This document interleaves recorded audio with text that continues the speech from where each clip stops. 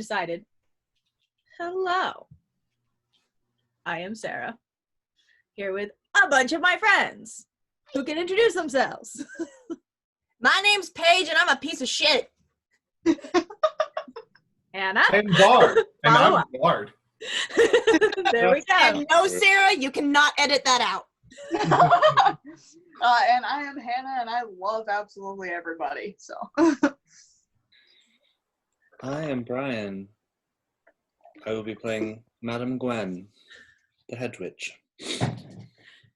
And me and these crazy bunch of people are about to turn part of Humblewood into a one-shot. And this is my first time DMing. So I am sorry. And of course my computer now decides to ding. It's fine. Ding! So, welcome to Humblewood. In the faraway world of Everden, on the eastern coast of the great continent, lies a vast forest nestled between mountains and the sea. This is the Humblewood, an ancient and magical place that hums an endless song sung to the great rhythm of life and death. The wood, as it is known to its inhabitants, is not like any other forest. The trees are old and powerful, with rare specimens that reach as tall as mountains. Here, the familiar beasts grow to unusual sizes, bear markings and patterns unique to this wood. This region is also home to two groups of animal-like humanoid races, the bird folk and the humble folk. Together, they share the wood and its bountiful resources. In the early years, the bird folk and humble folk lived close to each other in small villages around the forest. These isolated communities were vulnerable to an organization of brigands and marauders who called themselves the Bandit Coalition. To protect themselves against the coalition, the bird folk built fortified cities in the forest canopies. Joining forces with the humble folk, the bird folk army, known as the Perch Guard, drove back the bandits, bringing peace and security over the region. Over time, the bird folk culture spread, and the capital city of Alderheart became the most politically influential place in the wood. But the wood has known sorrow. Not long after the founding of Alderheart, a massive forest fire known as the Great Calamity burned a portion of the wood. The origins of the fire are unknown, but have left the area permanently damaged. To this day, it is called the Scorched Grove, an arid field of ash that has since become home to many strange flame-induced creatures. The Tenders, an organization of druid and mystics, dedicate themselves to healing the Scorched Grove with natural magics. Set up in conclaves around the wood, they provide aid whenever the forest fires strike. Yet, since the grove's burning, the wood has known relatively few fires. Nature's balance, though, can be disrupted by a single spark. Recently, fires have begun to rage through the wood with a strength and fury not seen in ages past. Forest dwellers are again being displaced from their homes, seeking refuge in Alderheart, and perch dwellers are doing their best they can to keep themselves safe in their canopy sanctuaries. Relations between humble folk and bird folk are tense. Moreover, a newly invigorated bandit coalition swells in numbers. Its sights are set upon Alderheart, who's displaced by the flames, seeks a means of survival. You, all, are citizens of the wood, caught up in this turmoil. Whether or not the Humblewood is able to survive the flames is up to you. Go forth and adventure. Only you can restore balance to the woods. So, You can balance. Sorry. What? Only you can bring balance to the force. Yeah, basically. I love it. So, this I'm going to have to turn this off for a second because apparently it doesn't like me. This is the wood. Ooh. Right here. You are starting in a sleepy little town called Meadowfen. Right here. Meadowfen. Meadowfen. Oh, I actually spelled that correctly on the first try.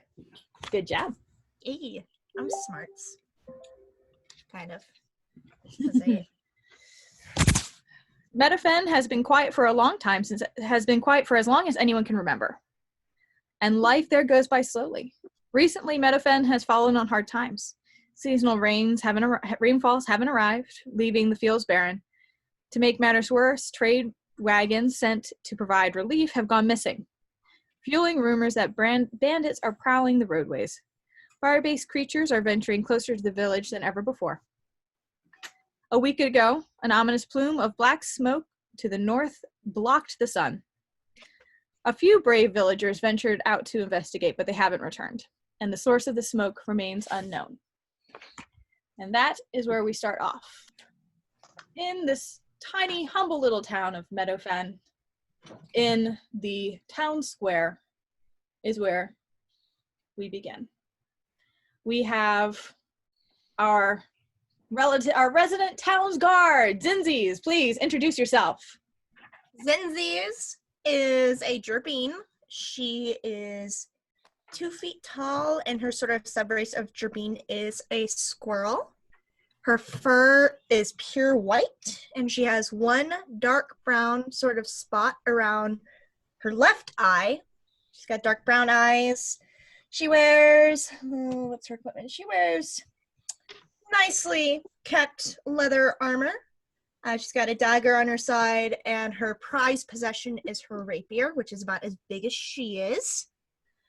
And she doesn't let her height kind of give her disadvantage. She's still a very proud guard, despite being possibly the smallest one in the town's guard. And she's usually like the first to volunteer for any sort of dangerous task. Unfortunately, she was asked to stay behind when the volunteers were asked to go out and inspect the source of the smoke. Not happy at all. This is such bullshit. I'm still trying to work on her voice, but she has a really like very squeaky voice because she's very tiny. But she's very vocal. As we travel through the square, we can stumble upon we're going to pass that one because they walked away. We can hear the dulcet tunes being played by a wonderful bard who is slowly panhandling in the square. Explain your bard. My name is Gerald Nightfeather. I am a swift streak bard. I have a violin and a lute, as well as a long sword I keep under what is a long brown cloak. He dresses sort of shabbily, is like a sort of just what could almost be described as a quilted array of clothing, seem to be made of other strewn about cloth into something resembling almost a mockery of finer wares, and a large-brimmed hat within his own owl feathers. He is a great horned owl in appearance. His little tufts sort of come up on, kind of lifting up the corners of the hat.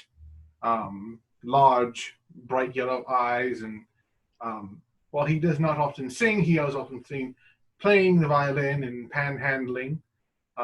Though he also keeps a pair of daggers behind his back, out of sight, and always seems to come off with a bit more money than those paying attention to the panhandling would attribute to him. We go over a couple booths over to a small little table set out with either runes or tarot cards to a wonderful little hedge witch. Go ahead and describe the character. It's tarot cards, my dear. My name is Madam Gwen, and I am a hedge witch. I am here to tell your fortune and perhaps help stop the flame. What is in your heart? Only the cards can say. I'm wandering the town square, looking for something interesting, I am sure. we find a Vulpin. Care to describe your character? Yes, so there is a red fox with a black skirt and a red top that has a rapier on her side. And she is very sly and sneaky looking, trying to look as nonchalant as possible, but also kind of pickpocketing along her way. As she carries on in her day, her name is Red. Would you like to stop at any of the booths that you have heard described, Red or Zinzi's? And or does Zinzi's notice the pickpocket walking around? I mean, do I notice her? That's the question. Red, make a sleight of hand check, and Zinzi's make a perception check. Oh shit, first rolls of the day. Woo. 7. Yeah. 20. Dirty 20. Yeah. No, you don't see the pickpocket making the way through the crowd. You might notice the fox, but she seems harmless. Think I'm too small to go out on the search parties.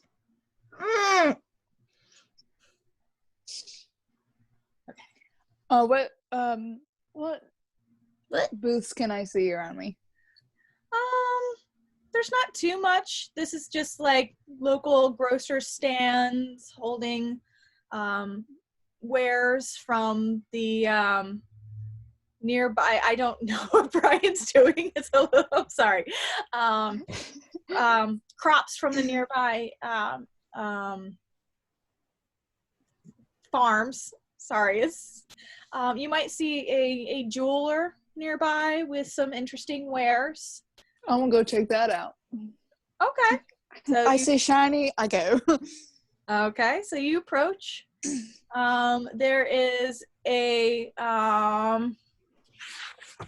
give me 1 second because I suddenly forgot like all the freaking species. There's a little mawpock, not particularly old, just looks like a teenager running the stand because the parents made him.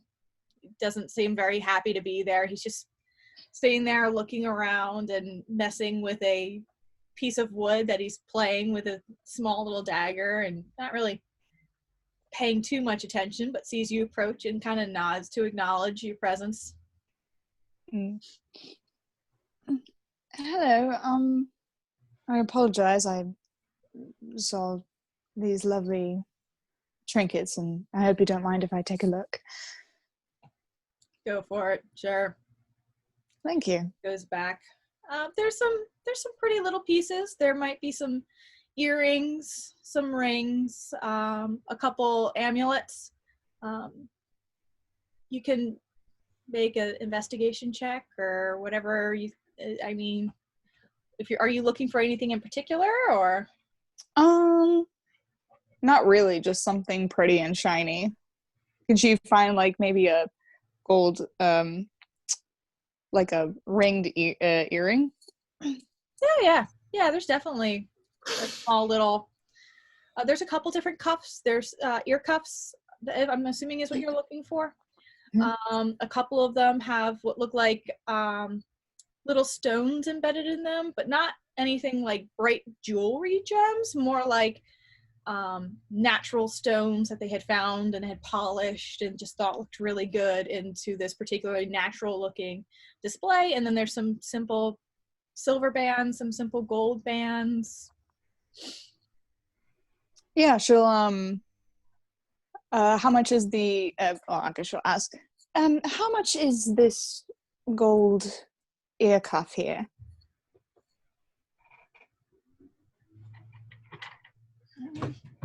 I almost threw my phone.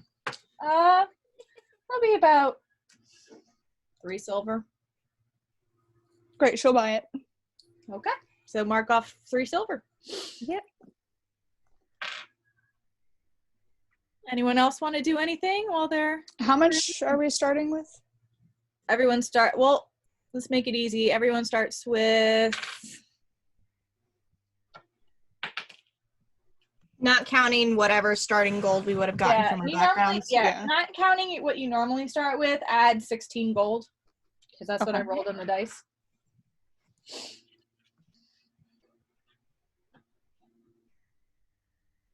You said 2 silver, right? Mm-hmm.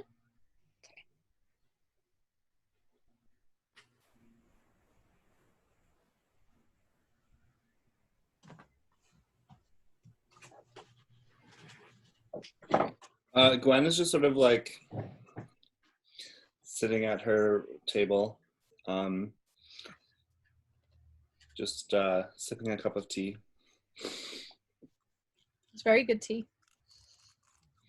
Nice calm day. Not really Mhm. much happening. Anything else anybody wants to do? I'm just pouting, but keeping my watch around town. Staying away. All right. As you are pouting and Red is browsing the wares and Gerald keeps playing while Gwendolyn waits for someone to approach, there's a commotion within the square as a wounded Strigg woman limps towards the Meadowfen elder's home and staggers and catches herself on the edge of the well. She's bloodied, and her tawny feathers are singed and flecked with ash and soot. I immediately rush over to her. Okay, you actually would recognize her. This is Kara Stormbringer. Is who? Huh? Kara. Is who? C-A-R-A. C-A-R-A Stormbringer. Kara She's Stormbringer. a Strigg. She is the captain of the village militia, so you would know her pretty well. She's the one who told you to stay put. And it was her job to assemble a team that went out to investigate the smoke in the nearby town, or off in the woods in the distance. Captain Stormbringer, what happened? I need to go see the elder. I need it. Where's Ardwin? Where's Ardwin? You need to see a cleric first. Here. No. I must see Ardwin. And starts to pull away from you and walk towards the village elder. Oh, feathers and fiddlesticks, and I follow after her. Okay. Hearing the commotion, Ardwin actually steps out of her home. This is a gallus. Ardwin is an older gallus. She is the elder of the village. You guys would have seen her around. She is a gallus with rounded grouse-like proportions and feathers that have long since lost the sheen of youth. She is the figure of authority in Felderwin. Oh my god, I am in the wrong goddamn We're place. suddenly in Exandria. In Meadowfen. And since you would know this, that she has been running the village ever since her late husband passed away. Mm-hmm. So she comes running out of her home and is looking around and goes straight over to where Kara is and is trying to figure out what is going on. Does anyone else want to do anything at this time?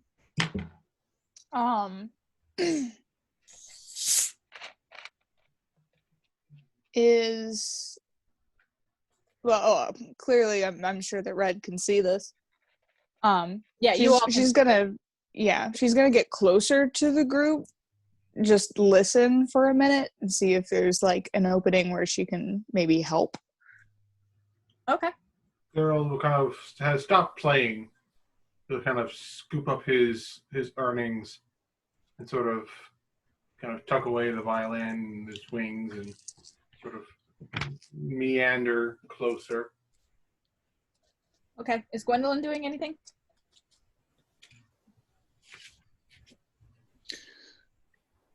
She would be seeing someone like bloody. She's like, well, this is it for me today. And she like packs up her things. It all folds well into her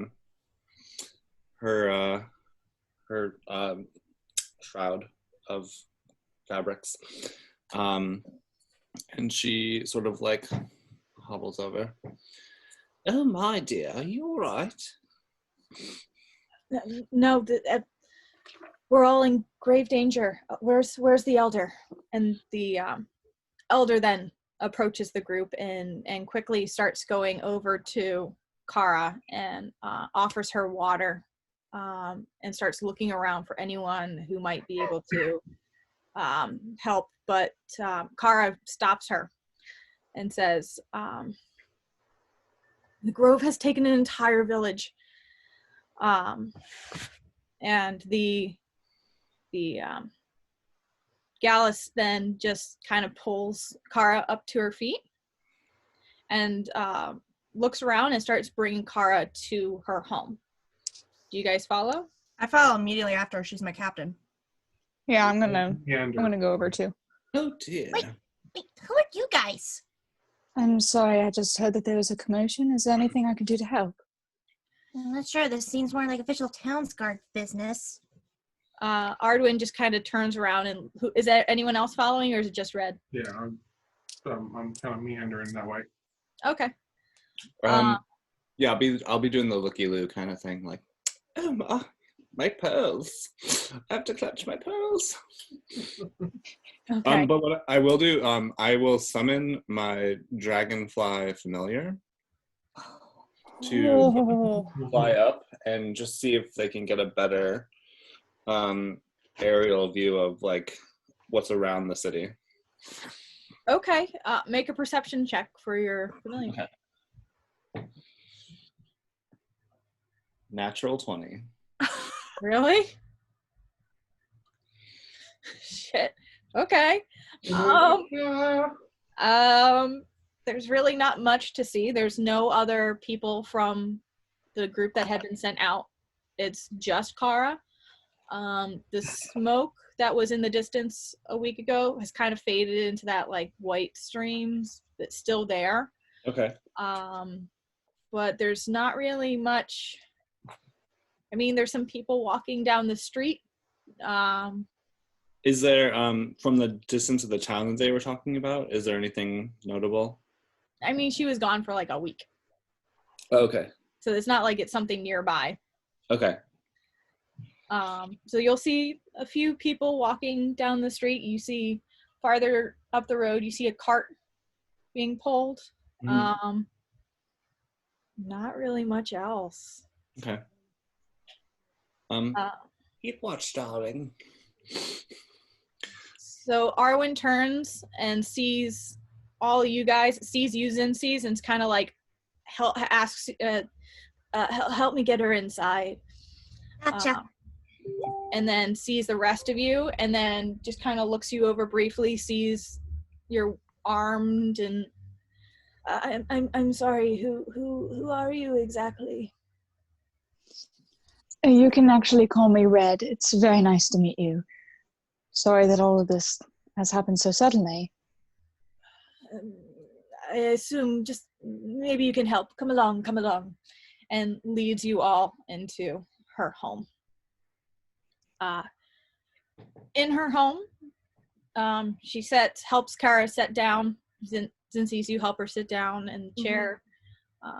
Quickly pours another little cup of water, and starts searching her home for some herbs while listening to Kara explain what had happened. Gwen can make the tea. Okay. Gwen will be helping in the kitchen, just sort of preparing. You go, darling. Go. Find out what's going on. Oh, thank you, my dear. Once we've got Kara sort of like propped on a couch and like she's resting, Zinzi's is just arms crossed, like standing guard nearby, listening. Okay. She's like very business oriented now because her captain came back injured and nobody else returned. Okay. Kara's just kind of sitting there, holding onto her wing, which is obviously very injured.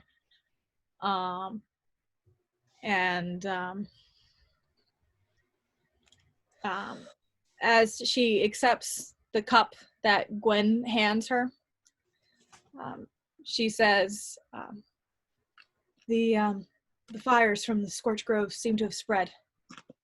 There's a hillside town, Ashbarrow, and it's gone. There's nothing left. We went to investigate, see if there was anyone. We couldn't. We saw a few citizens that were fleeing from their homes, but we didn't see much. On our way back, there were bandits on the roads. We tried to escape. I got away, but the others weren't so lucky. I don't know if they were captured or what. I managed to get out on my own. They're increasingly hostile. Well, if there's a chance that they're still alive, we need to go find them. Ardwin is listening to this very quietly and just... The fact that these fires have started up so abruptly, and the bandits are becoming more ferocious, I'm concerned. Red looks down a little bit. You're like...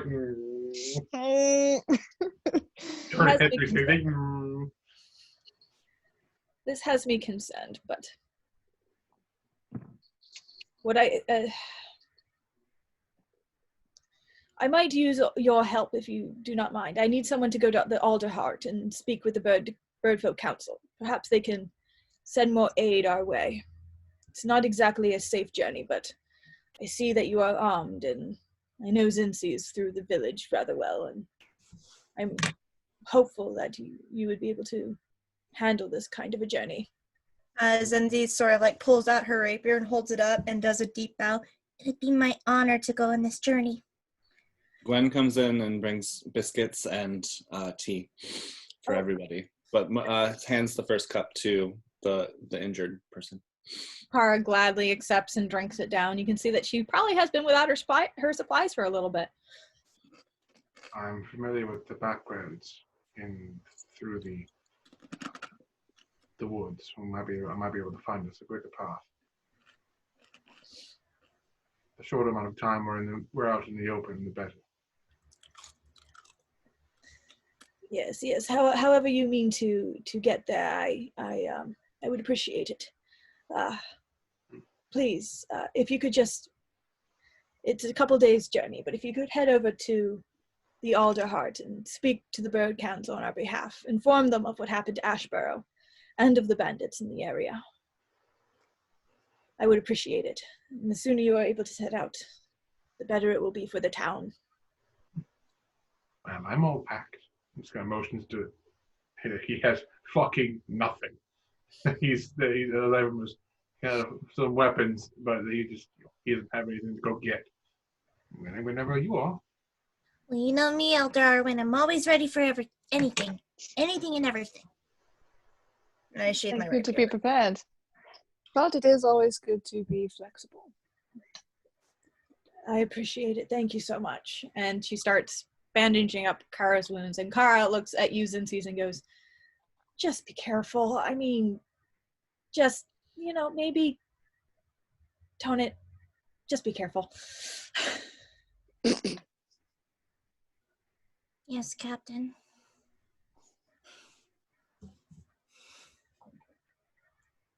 Okay.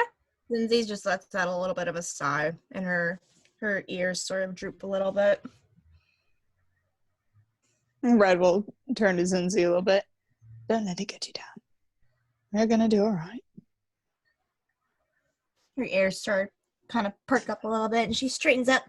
Well, it's a 2-day journey to Alderheart. We should get heading out now before nightfall. At least get some distance. Yes, you generally don't want to be out in the open at night. Fair enough. Well, Captain, Guardsman, I believe you should lead the way. I'll direct you through the by roads. Madam Gwen is gonna sort of like tuck. Was it Kara? Yeah. Yes. Yeah. Sort of like blanket, like a plate of food next to them, and did we get a cleric? Did that happen?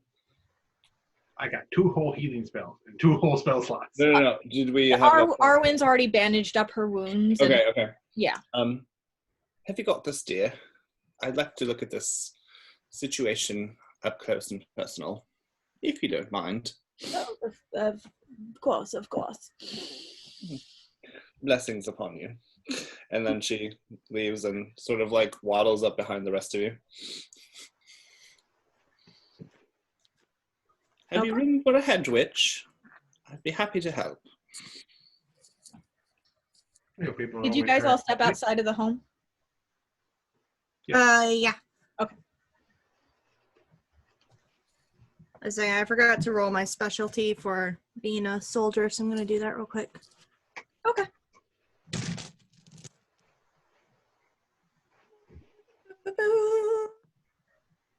Hey, I'm a scout! Perfect. Nice. So, real quick, I'm just going to say, as a scout, you would know that the best route, and most of you have been on the road, so you all would know the best route to get to the Alderheart is to pass through Winnowing Reach. Winnowing Reach. Yes. Winnowing. Okay. It skirts the outside of the mock fields, which you guys are already really skirting. So let me pull up the map again, which means I have to turn off my awesome virtual background. But it's fine. Nope, that's turning it to a different one. Nope. Okay, so this is where you are. All right. This is Winnowing Reach. Mm-hmm. And there's a road that leads straight from it to the Alderheart. Okay. The Alderheart is a giant tree. It's the center of the bird folk race community. It's like their big city. Mm-hmm. And where you'll find the perch guard, mostly Okay. based out of. So, best way would just be heading up towards Winnowing Reach, and then there'll be a pathway through the wood that'll lead us to Alderheart. Well, it seems like you have a lot of knowledge. Why don't you lead the way? Well, I guess I can do that. Yeah.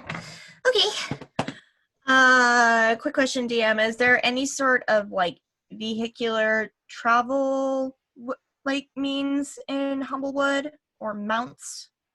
I mean, mounts exist, but Meadowfen is a very, very small community. Mm-hmm. And they don't really you won't really find anything there. Mm-hmm. Yeah. You're gonna have to walk on foot. Yeah. I mean, when you get to the Winnowing Reach, you might find something, because that's more of a way stop than anywhere else. It's more built up. Meadowfen it's podunk. It is your ultimate sense of podunk. So you're gonna have to hoof it. Hey, well, hope you guys don't get sore feet from walking too long.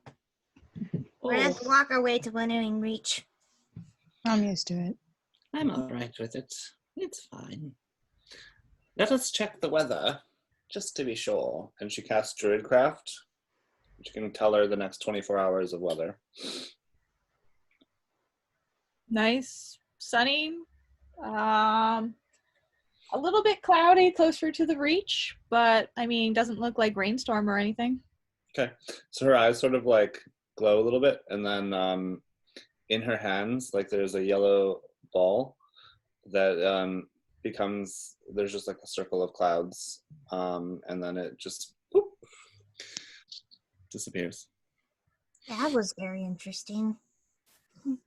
What was that? It's a gift. I've had it ever since I was a little hedgehog. Well then, if everyone's ready to go, let's get heading out. All right. Little 2-foot-tall squirrel starts proudly like marching her way out of town. Okay. Gwen pulls out a biscuit and is just like, and then the dragonfly sort of like flits down and like lands on her shoulder. Okay. On one of her quills. Okay, so as you guys are, you're setting out to Meadowfen. It's a beautiful area, open fields. As you're traveling over some of the fields on your left, you can barely see on the edge just this slight gray and burnt land that is the Scorched Grove. It's still smoldering a little bit from ash barrow in particular.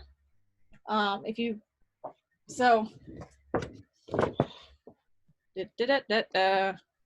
keep doing this myself. It's fine. So this was ash barrow. Your guys are heading the opposite direction, but if you look over, you can see where it's charred, and you'll see the smoke rising in the distance from this area. Mm-hmm. So it's not like you were very far from where everything is falling apart. Let's just hope the grove doesn't extend to Meadowfen. If it's already consumed Ashborough, who knows how far it's gonna burn out too.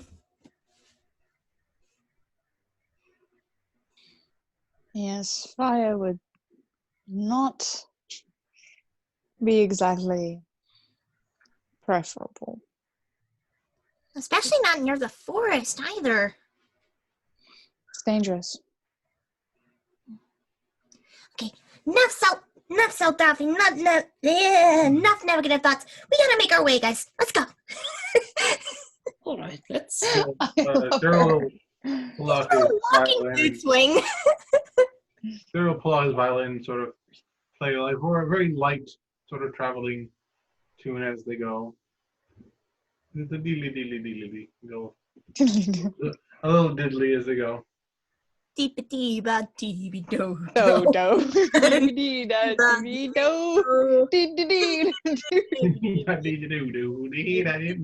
Dee-be-doo. What's the show with the morning openings? I can't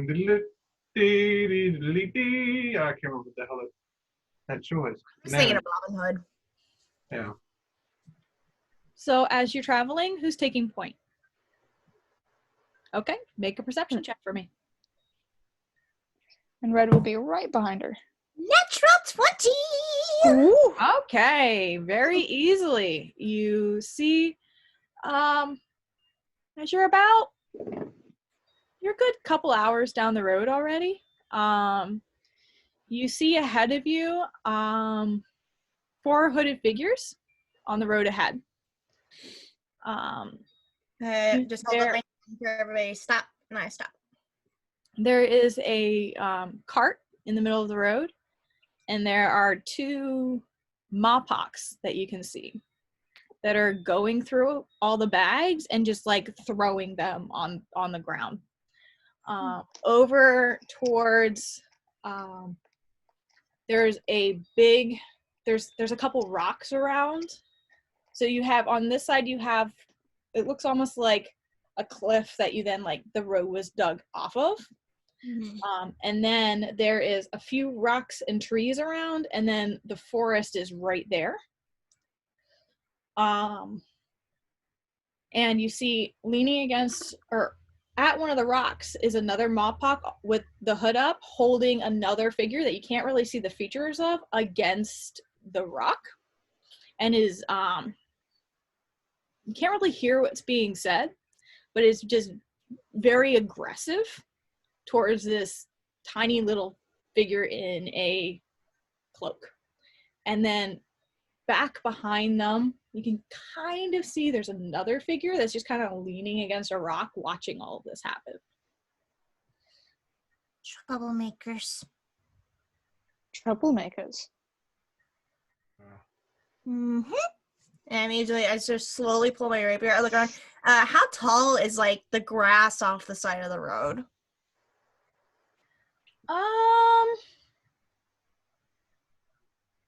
It's not terribly tall. Right. I mean, some of the rocks they are completely visible, so it's probably like knee height. Mm-hmm. I just want to like sort of slowly approach and like sneak dash behind rocks as I get closer. Okay. Make a stealth check. Don't fail me now. Good. 17. Okay. Sneaky squirrel. Yeah, Sneaky real. squirrel. Let me just.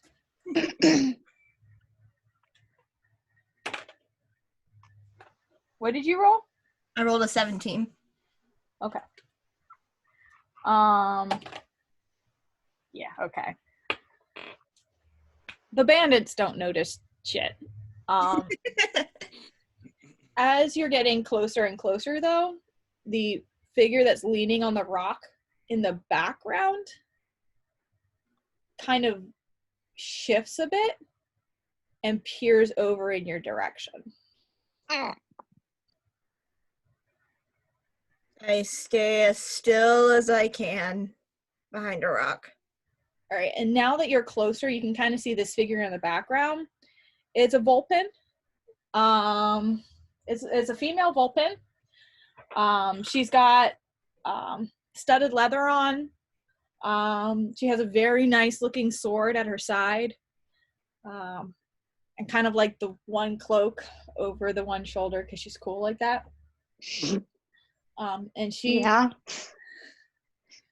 just kind of peers over in your direction and then leans back against the rock and goes, "It appears we have visitors." Sugar snaps. The other band said this.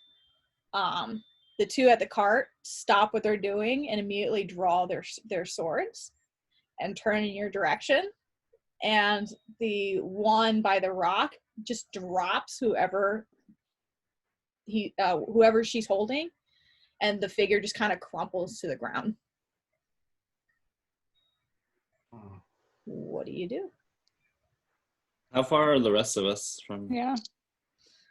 Probably about 20, 30 feet back. Okay. And how far away am I from the bandits?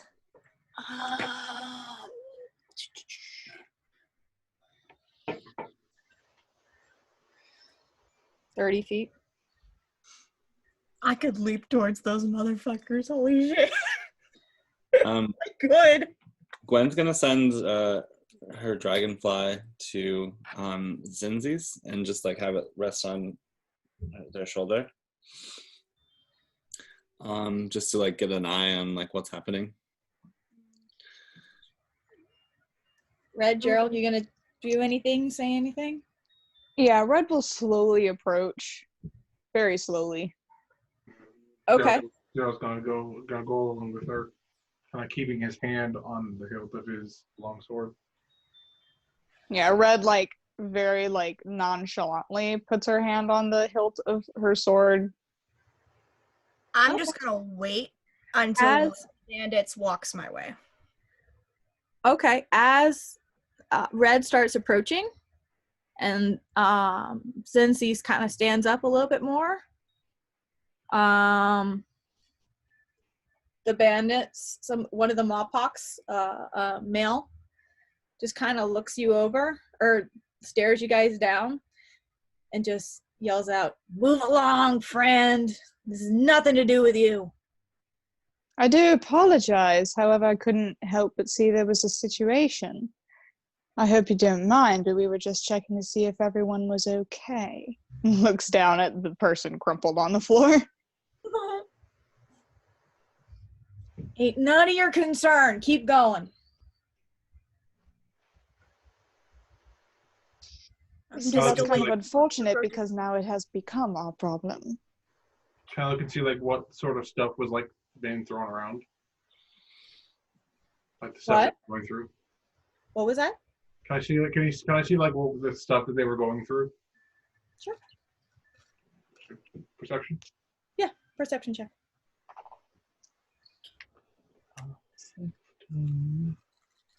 Perception. That's 18. Okay. As some of the bags were kind of just thrown, it looks like there's a lot of, in some of the bags spilling out, there's just like adventurer's gear. It looks like this is some sort of traveling shop. You can't really see much more than that. I mean, there's pittons and rope and tents and a couple bottles that you can see lying on the ground that did not get smashed as everything was thrown. There's a couple things that did get broken, like lanterns and things like that.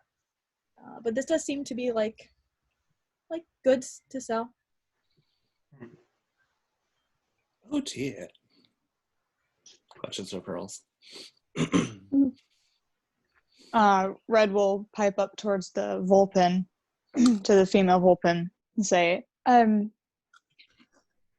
look, Vulpin to Vulpin, let's just, what's happening here? Like, can we all just be civilized? We don't need to be attacking each other. I'm just asking what's going on. Make a persuasion check. Oh, please.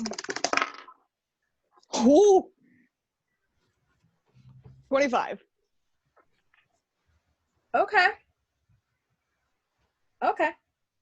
She just kind of leans up a little bit and sizes you up and down.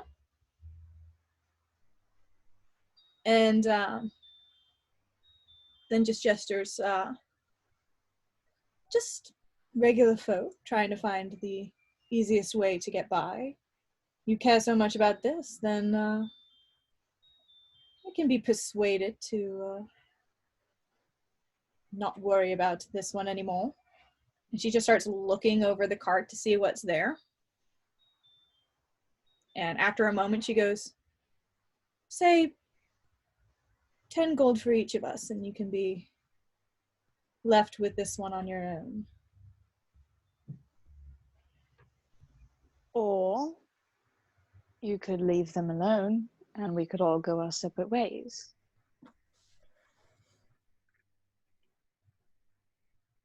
No one gets hurt.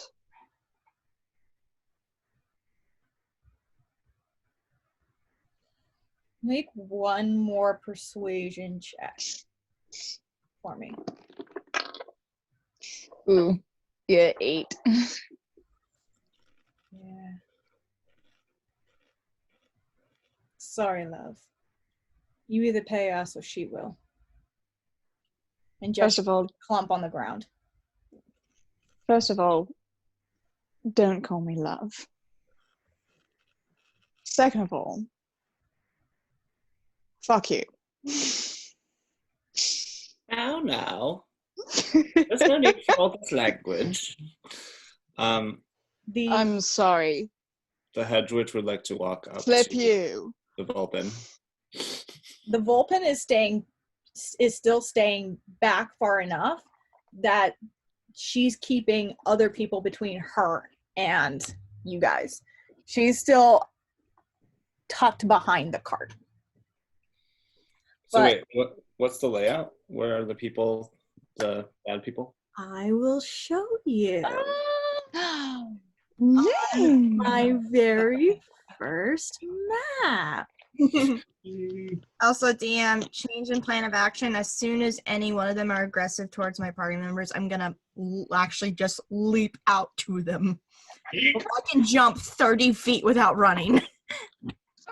Yeet smack. Yay! And you all see this okay. That's awesome! That's amazing. Yes. My I wonderful. also love the poster in the background. Oh, it's part of my equipment for work. Okay, so no joke, when I come to visit, I want a picture with that. First It's day of my visiting. first day of school sign. Yes. Cool. All right. Can you guys see the figures okay? Mhm. Yeah. Here are you guys. This is the figure that's down. You have Mawpock, and Vulpin. Okay. Now, I have marked all of the Mawpocks with color so I know which one is which for my Cool. trackers. All right. All right. And- So, Can Paz,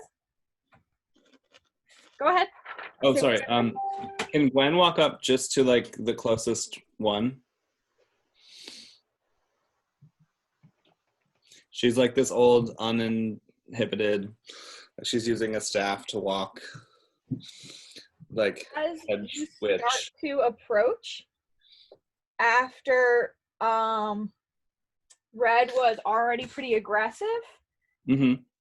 the bullpen automatically motions with her hands, and the 3 Mawpox jump at you guys. Roll for initiative. All right, as soon as they jump at us, I leap 30 feet towards the one that Gwen was approaching. This one? Or Yeah. This one. Okay. Yeah, because that was my held action. I was going to leap towards them. 25, 30. You were right at them. Okay. All right, so everybody roll initiative. I got 12. 30, 20. Ooh. All right, hold on 1 minute. I will ask you guys for your numbers in just a second. Okay. I'm adjusting my layout on my computer anyways. I'm gonna grab some cheesecake. Can you guys hear me okay now that I turned the computer? Yeah. Yeah. I rolled really good. Also, after combat, I may have to depart for like half an hour because my dad is right. Earlier, my dad's like, "Hey, I need you to go do something." So it's gonna take it's not gonna take me very long. It's just, but he came in to do it as soon as we started. I'm just like, I saw. Thank you for letting me know. yeah. If we need to take a break, that's easy enough to do. Yeah. And thank you all for being so patient with me as I figured this shit out. Like I said, I'm trying so hard not to be a little shit. Thank you for being patient with Supposed me. to be a little shit. I love you guys. And if you have any questions or anything, just let me know. All right. Let me actually roll initiative for my guys here. I'm loving this so far. I haven't done anything yet. It's amazing, though. I love it. I barely That done is anything. All right. So I love Zinzi's way of cursing. Fiddlesticks. I'm like, ah. I can't wait till she does crackers and cheese. It's gonna be Oh, great. cheese and crackers. Oh, sweet cheese and crackers.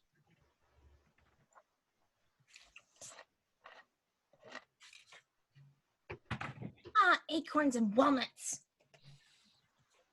This isn't a world where you can sing a special song and all of your problems all of your dreams magically come true. So let it go. But I can try. I'm a I bard. love how Disney called themselves out on that. Yeah. And in Frozen 2. 25 to 20. Yeah. And Frozen 1. Anyone initiative 25 to 20? 20. Who was that? Bard. Thank you. I have my computer turned from me. I cannot see you guys. Ah. All right. 15 to 20. Zenzi's got a 19. What's your dex modifier? It's +3. 16 for Gwen. All right. Hold on.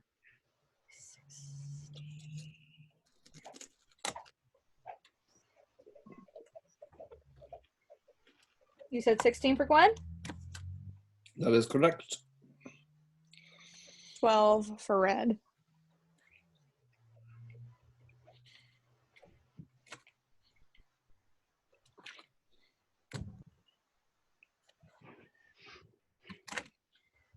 Yellow and then purple. Cool. Okay. I got my this is so cool. I have an initiative tracker. Okay.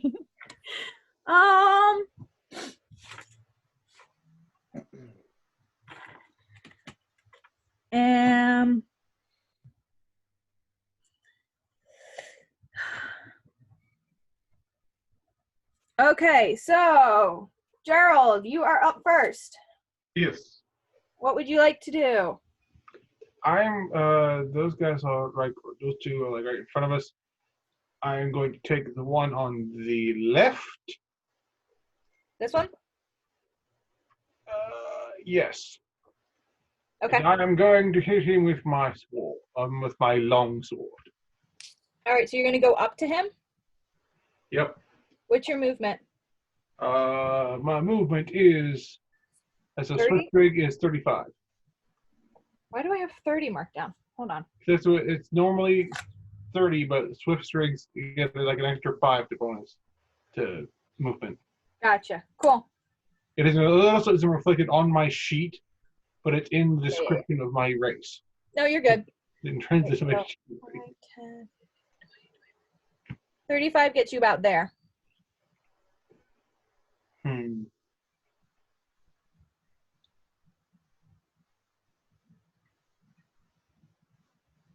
He was in You are within. You're within 20 feet, 25 feet of the other two of them, if that helps. Are within 15 feet of Gwen and Red, and you are within 15 feet of Danger! 15 feet of Zenzi's as well. Okay. So I guess I'm not in melee range. No. Therefore, I shall. I mean, you can dash, but you're a bard, not a rogue, that would be your action. Yeah.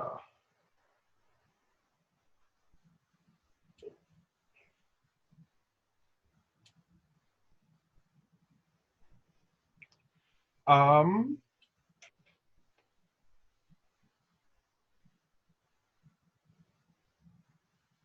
15, I even within.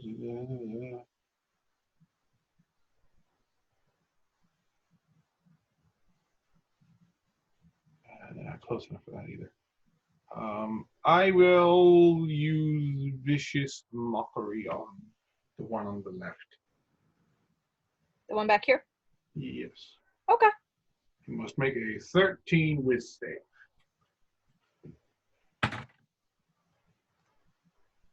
Nope. And I will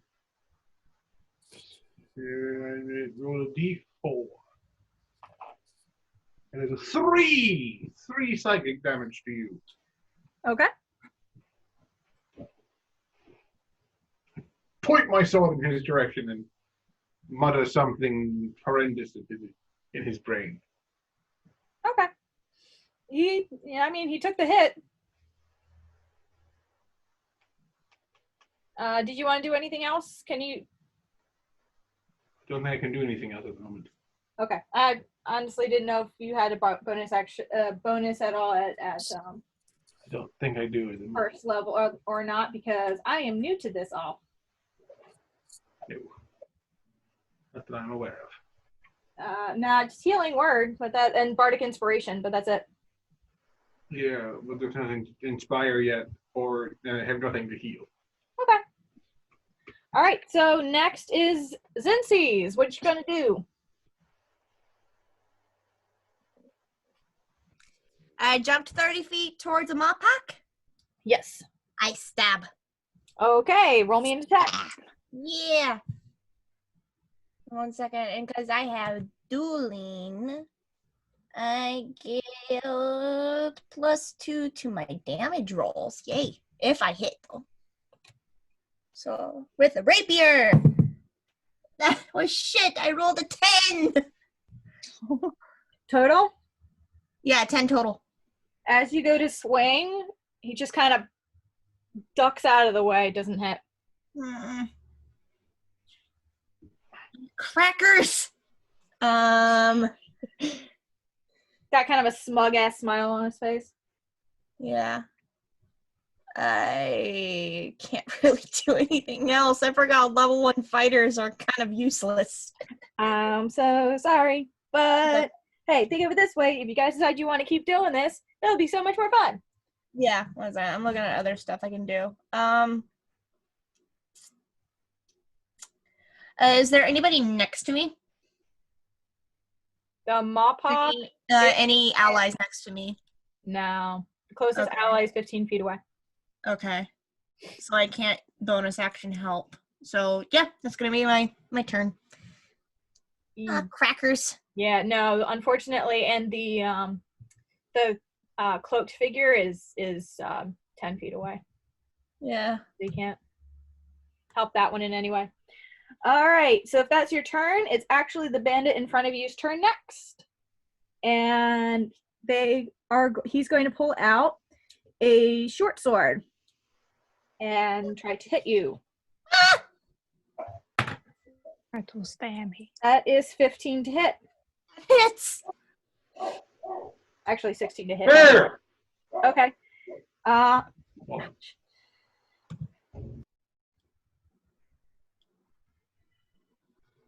Sorry, I just stepped on a fucking shard of resin. It's fine. Ooh. I'm good. I didn't step all the way down. I caught myself. Where are my D6s? I forgot to pull them out of my bag. I'm so sorry. I'm a failure as a DM. No, you're not. No, you're not.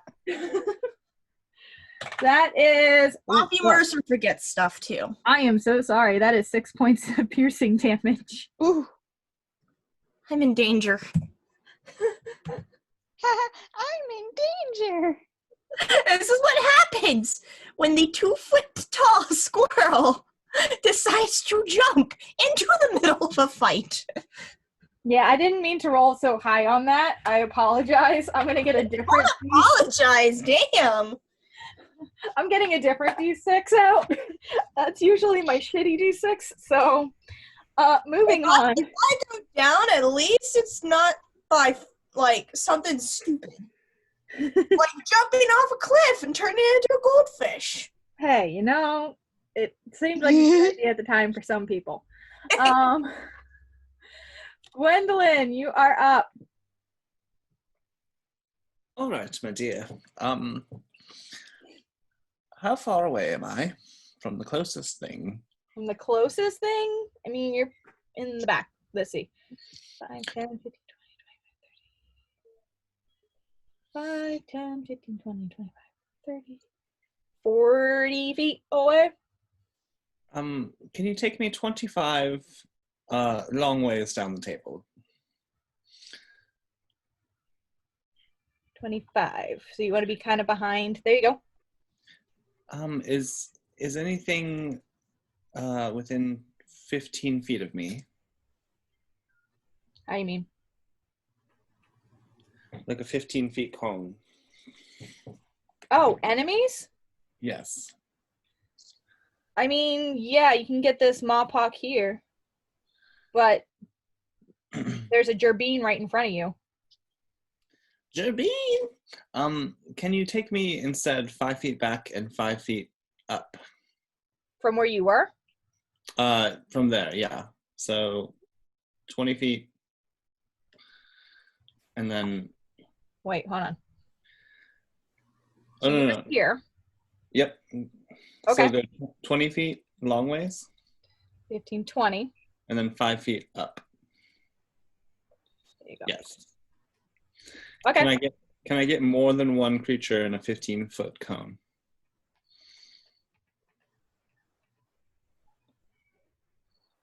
If you move 5 more feet up. That's not possible, but I did say I was walking towards them before we started combat, so that's up to you. Yeah, I mean, I had put you... Yeah, I could say you were a little closer. Yeah, it's fine. It's 5 feet. What the fuck? Who cares? That makes all the difference. So you got these two. And then this thing right here is the cart. Mm-hmm. Which would give half, but she's too far away anyway. So if I do a 15-foot cone, I can hit 2 of the enemies, correct? Yeah. All right. Then I'm going to cast Color Spray.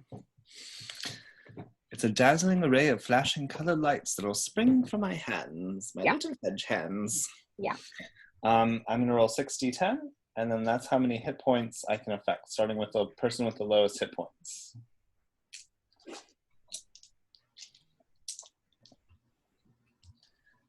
Hopefully I won't roll like poop.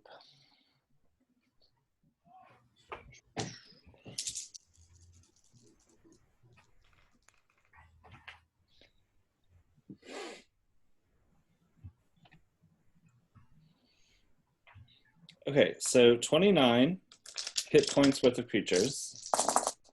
Yeah, Starting with the one with the least amount. you hit them. Okay. So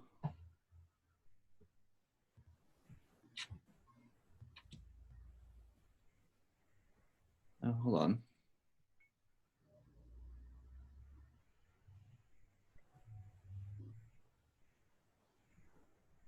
Oh, they're blinded. So Okay. those two have the condition blinded until the end of my next turn. So Gwendolyn sort of like wiggles her little hedge fingers, and just this array of colors emanates from her hands, and the two it just sort of like strikes their eyes as like super bright, like when you're looking at snow on a sunny day. Yeah. Or when you're at the club and the laser accidentally hits you in the eye. That kind of thing. That actually has happened. So bad. Do they take any damage, or is that it? No, they're just blinded. Okay. The condition blinded. Okay, I've got it marked down on my sheet. I don't have rings. I have paper clips. So Yeah. you get paper clips. Yay. Whatever works. Paper clips are actually handy because you can They're put very helpful. paper in there too if you need Also, to. you can get different colored paper clips. Yep. Those two are blinded. Yay. Pish posh trying to rob us. I never. Only they weren't trying to rob us. They were trying to rob whoever's on the ground there. They're trying to murder us. I think they were trying to bribe. Well, they were trying to bribe us, but then they decided, you know what, murder. No, they were trying to get you to bribe them. It's fine. Moving on. Yeah. Next Right. up is the Vulpin, actually. Who? This Vulpin. She The actually evil does- Vulpin? Huh? The evil one? Yes. She actually just steps back and leans against that rock and just kind of enjoys the show. Bish. So next is Red. You're up. Yay. Okay. How far away am I from that Vulpin? The Vulpin? Yeah.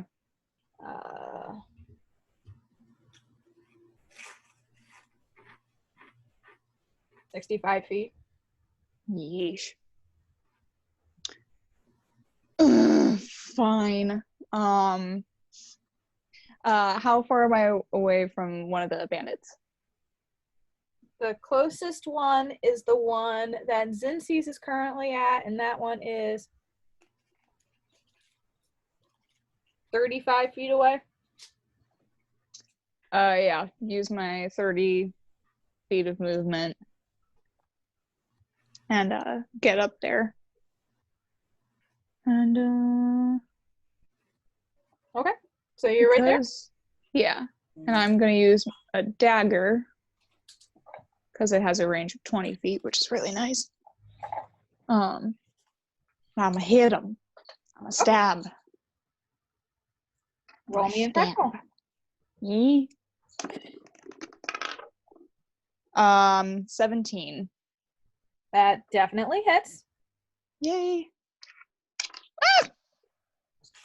Oh, these dice are heavy. They're metal. Come on. So heavy. Come on. There we go. Okay. 6 points of damage. Okay. You're the stumbling and blinded Mawpock. Were you trying to kill it or just knock it out? Up to you. Knock him out. Okay. Down on the ground. Unconscious. Out of the fray. All right, cool. And stay down. This one is blinded. which kind of fucks up my day. Thank you.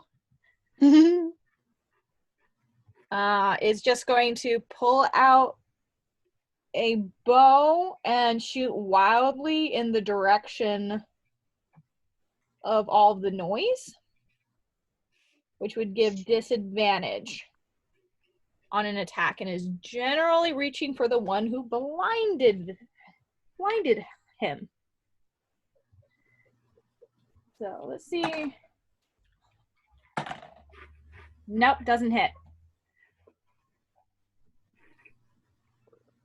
Yeah, nope, doesn't hit. Okay. Yeah, that's a 3 on the dice. So it's just kind of, after shooting, just kind of like rubs their eyes. They're trying to get their sight back and it's not working. Now it's this guy's turn, who just watched one of his friends go down. It's going to come around, step over his friend. 20, and is going to come to this side and try and attack a. Well, wait, hold on.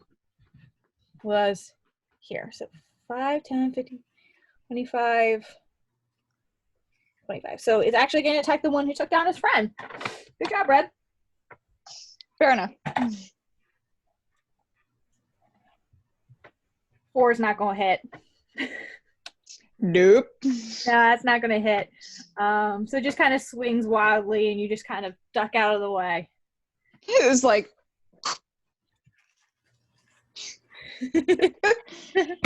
a very you bitch you thought kind of moment. All right, Yeah. back to the top of the initiative. We have Gerald. Okay. There's a There's huge. the one currently within melee range that is not on the floor.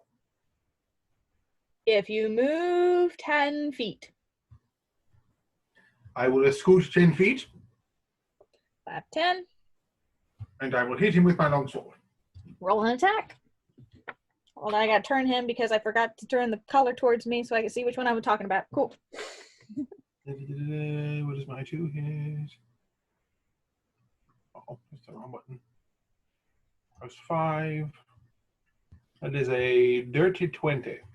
Yeah, that's going to hit. So I got a plus 5 to hit. Shit. Nice. Okay. And my longsword is 1d8 plus 3. That's a 7 die. That's a 10. Cool. You just one-shotted my guy. Are you trying to kill him or knock him out? I'm gonna knock him out, and he sort of, has his sword. Sword does the goes quick slash through him, just enough to knock him out. Yep. Thanks. One-shotted my guy. Cool. Long swords, man. There are 2 enemies on the board. Zipsies, what you gonna do about it? Do you have anything else you want to do, Gerald, first? I will use my bonus section. Okay. To use the healing words on the Zingsies. Okay. Go ahead and roll it. What is the button? Healing word, it is a 1d4 plus 3. That's a 4. You get 7 hit points back. I'm back at full health. Yay! Look at you. You got blood on your uniform. Just waves his, Good. I'm with gonna his do feathery something hand. really stupid on my turn. Okay. Zinsies, your turn's next. How far away is the Vulpin?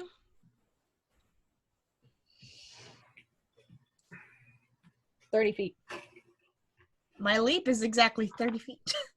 And is she considered a creature larger than me? Are you small? Yes. Then yes. I'm gonna leap right into the square she's in because I can do that. Okay, as you do that, she was holding an attack in case someone came at her. Well, She is going to multi-attack and make 2 attacks at you. I'm a little shit. I'm sorry. She was doing bad things and I need to protect people. Well, good news is she rolled a natural 1 on the first one. Oh God. The bad news is she rolled an 18 on the second before I add the bonus. Oh no. Wow. So you take 5 points of damage from that blow. So you just duck out of the way of the first one, and the second one hits you for 5 damage. Now you may Well, make. I'm glad I healed you. You don't have a whole lot of health at this stage.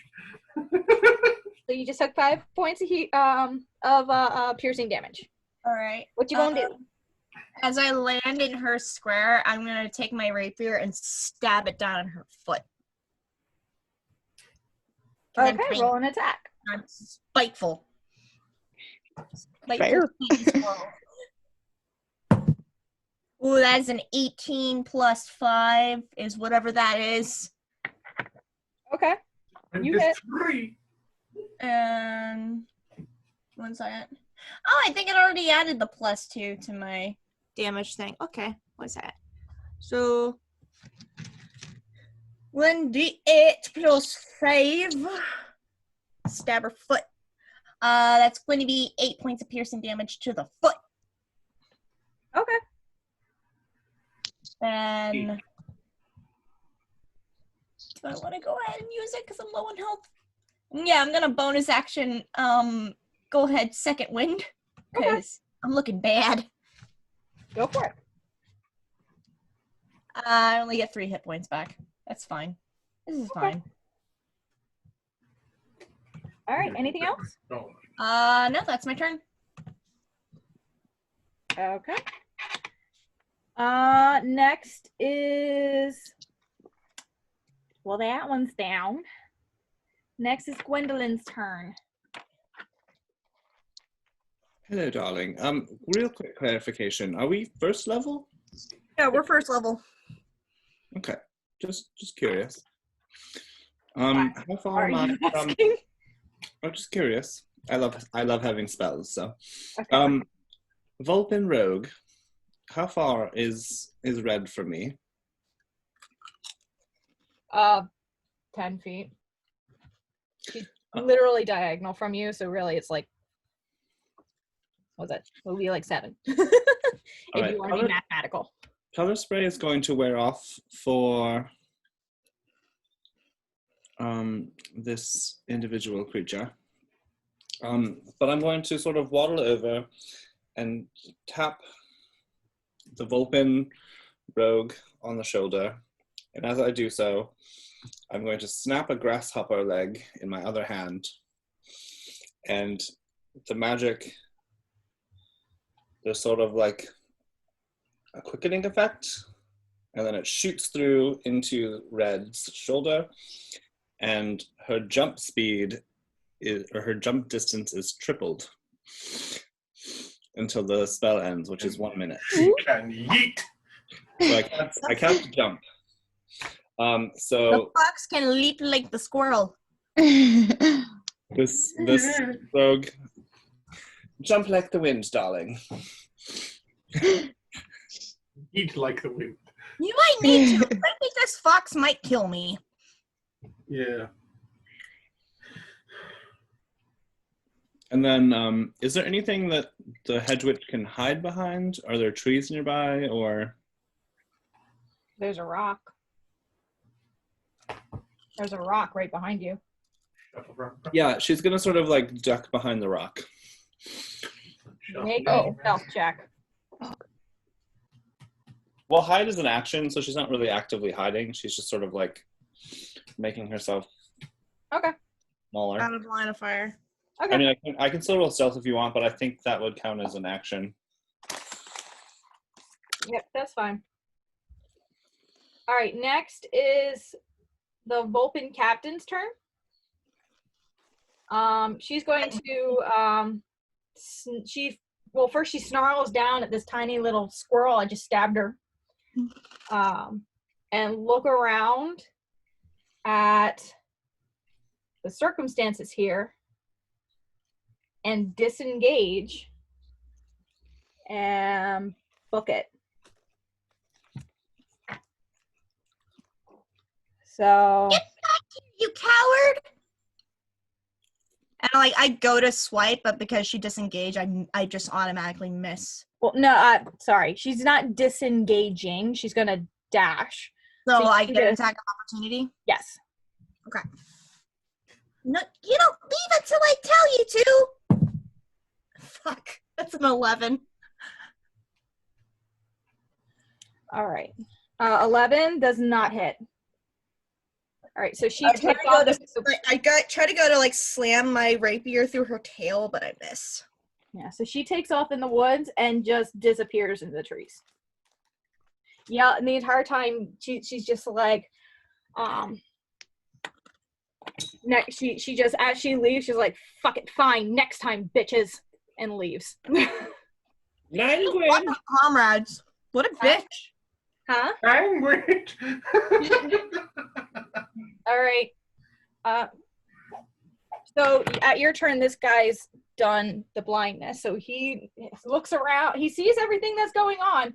Red, it's your turn next. There's one Mawpock up who's still standing.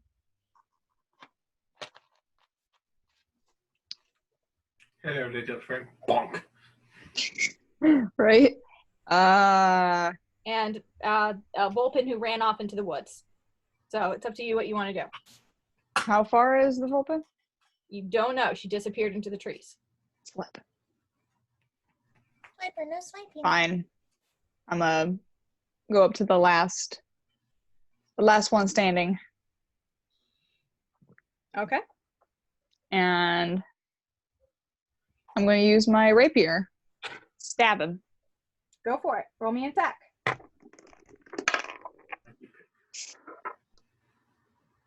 15. That hits. Yay! That's a D8. For goodness sakes. Yep, max damage. 12. How would you like to take care of the last bad guy? So with her, oh god, am I gonna do this? Yeah, I'm gonna do this. So with her rapier, she's just going to do 4 slashes across their chest, Zorro style, with an R, and then whack him upside the head with the. All right, as you carve this beautiful, just fantastic looking letter R and beautiful humble scratch, which is actually the written language of the Humblewood. It's clutching its chest and staring at you and around in fear as all of its allies have disappeared and been knocked the fuck out as you just whack and crumbles into a heap on the ground. Good job, guys. It's down. Feeding the sword.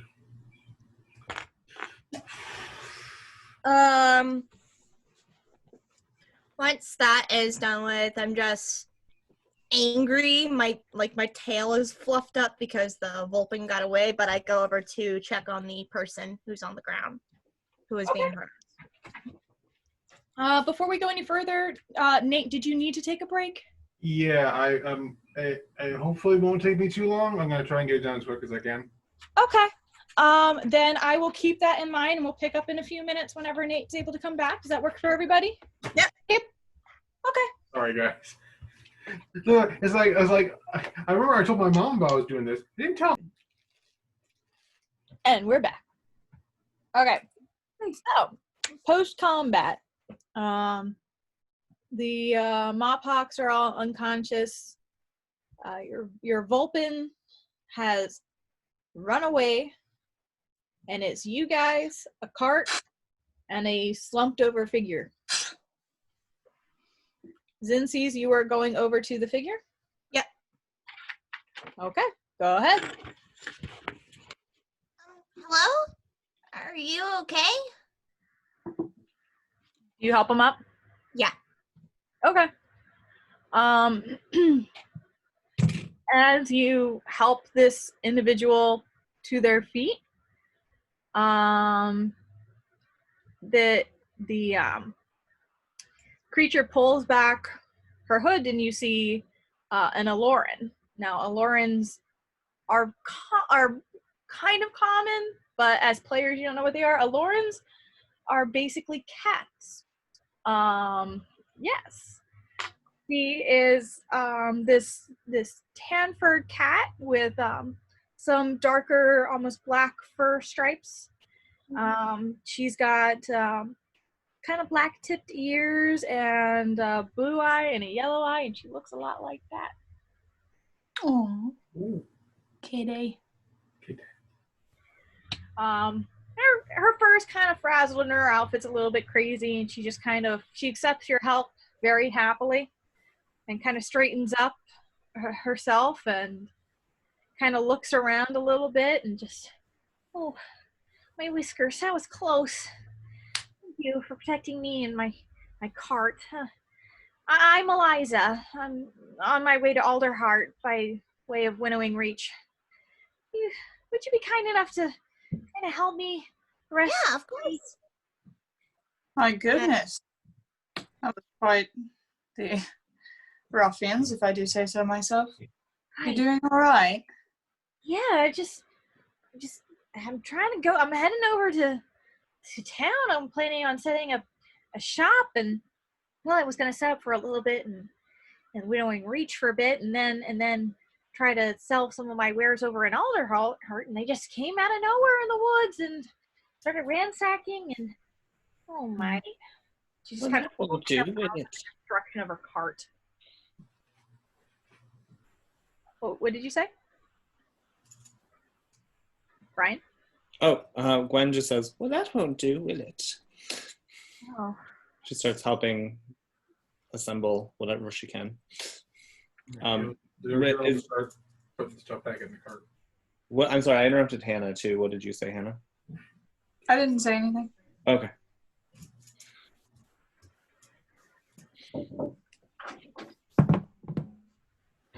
Okay. So I'm helping her.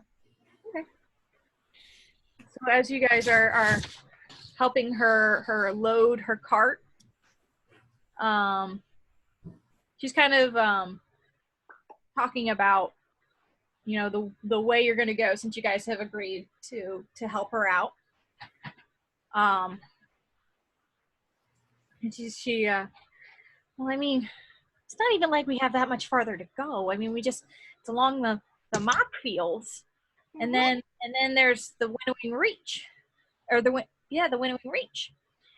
It's just like a little research outpost. I was hoping maybe they could use some of my supplies here. I know they keep going into those fields to research the slimes and everything. So, I just wasn't expecting this at all.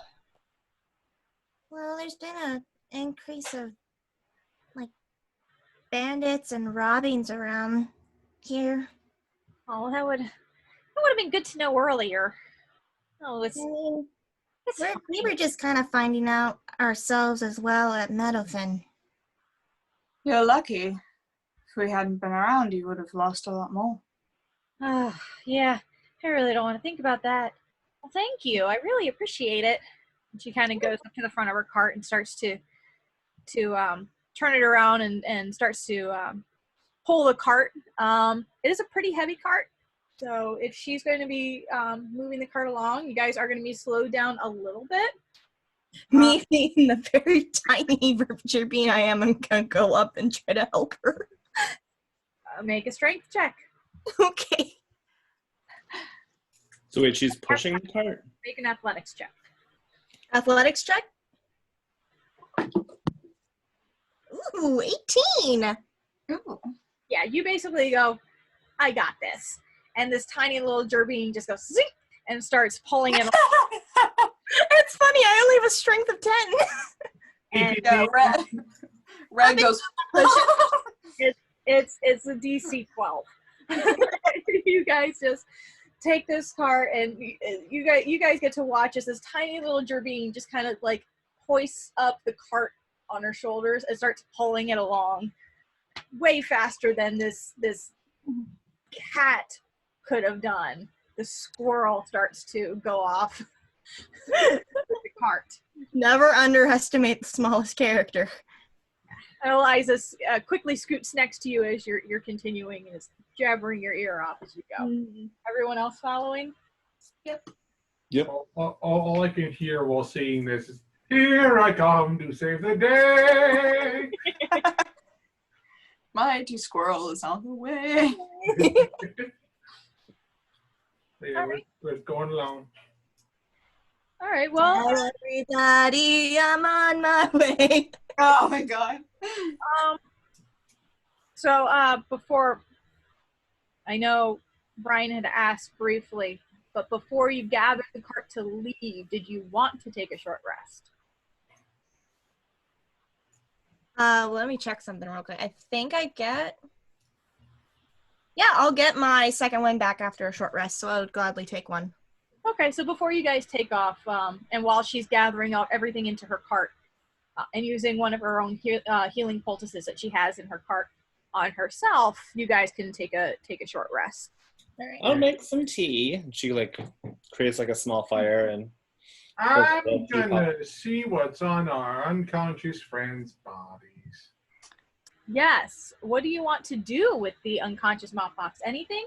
I have some I'm going rope. Yeah.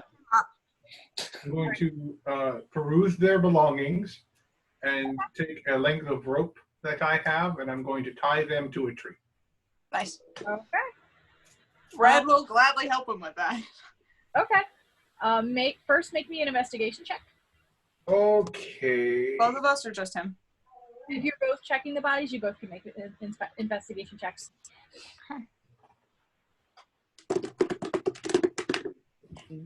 Okay. I'll do my thing.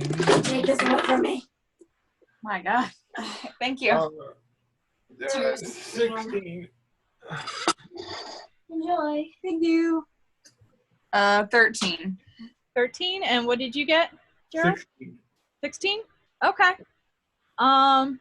So you go over all three. They both have, all three of them have kind of worn and dirty looking leather armor.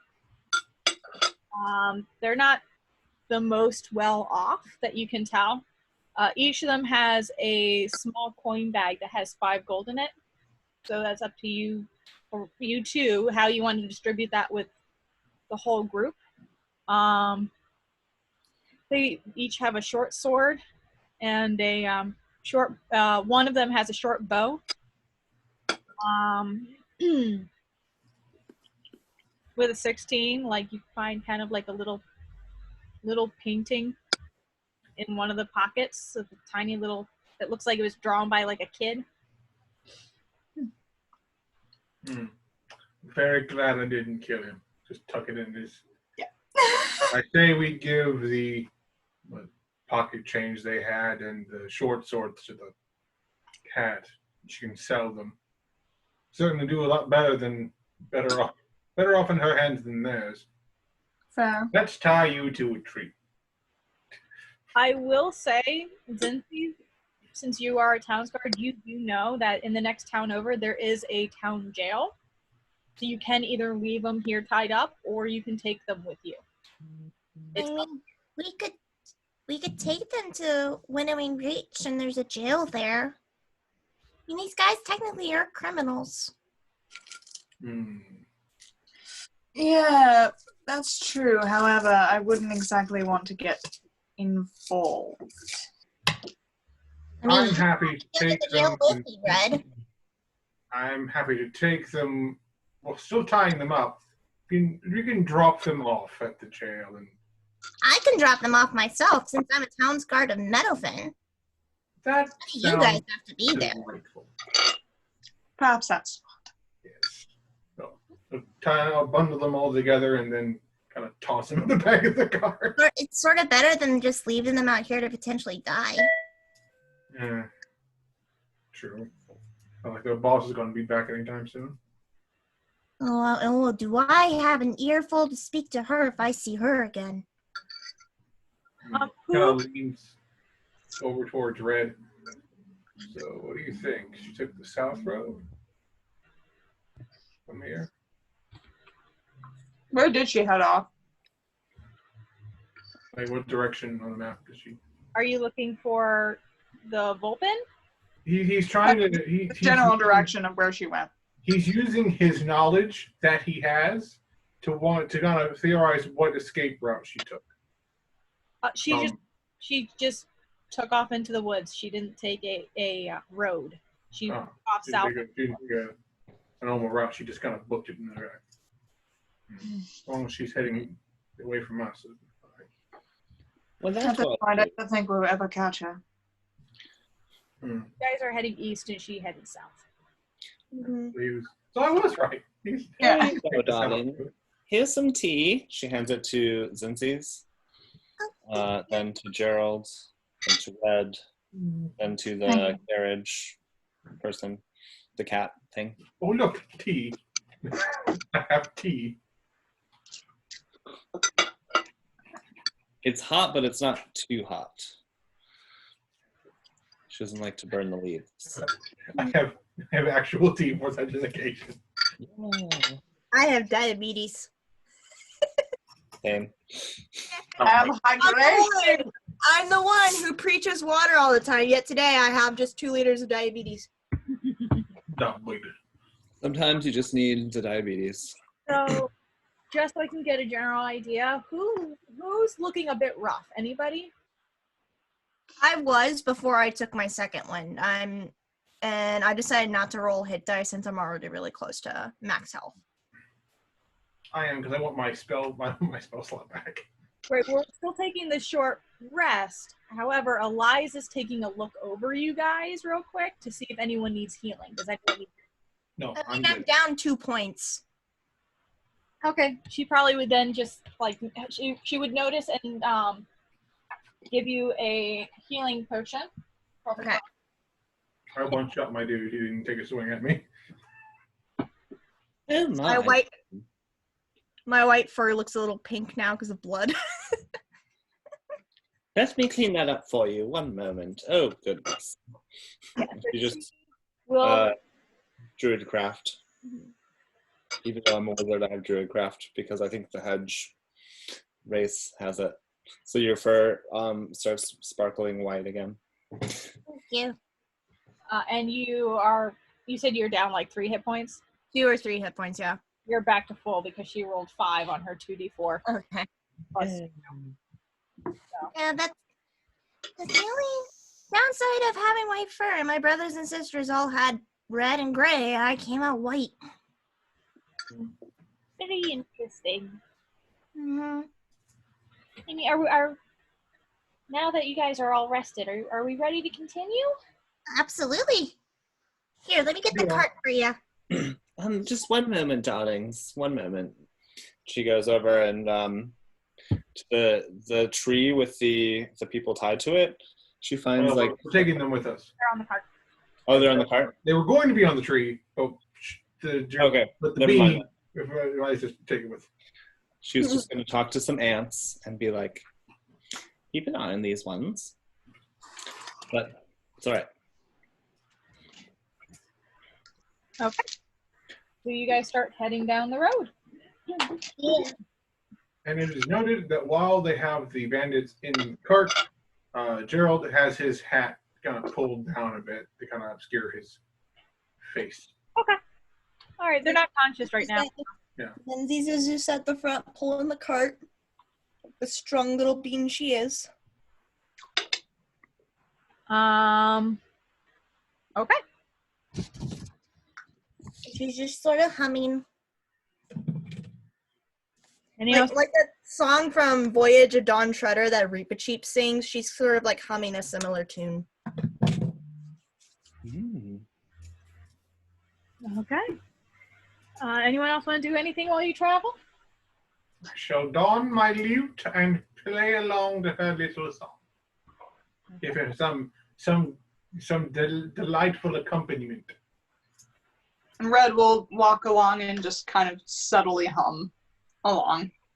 Gwen's just sort of like sitting there, like with her familiar on her little fingers, just like staring and like admiring, and like seeming to have a conversation, but like not actually speaking. Mm-hmm. As this tiny little mouse pulls the entire cart plus Squirrel. box. Squirrel. The Little Eliza's bean. helping. Eliza's definitely helping you pull it along because at this point it's definitely gotten heavier. But Predator and prey are helping each other. This is definitely Zootopia. strength check of 8, it's not slowing you down too much. Yeah. You're walking along with the frickin' fox. A fox and a cat. Mhm. And an owl. All 3 animals would want to eat me. Hedgehogs kind of don't have any natural predators because we're so pokey. Yeah. They do. They just have a good defense. They're very okay. Any raptors? If there were any raptors in your party, then the hedge would have to be worried. Yeah. I mean, an owl is kind of a... No, owl is not a... There's a species raptor. Ooh. There's strig, there's corvum, there's lumos, I think. I can never quite remember what the pigeons are called. There's gallus, and there's raptors. Ooh. That's good. Can Gwen just do like a quick perception of like what's going on around you guys? Go ahead, roll me perception. Ooh. 8.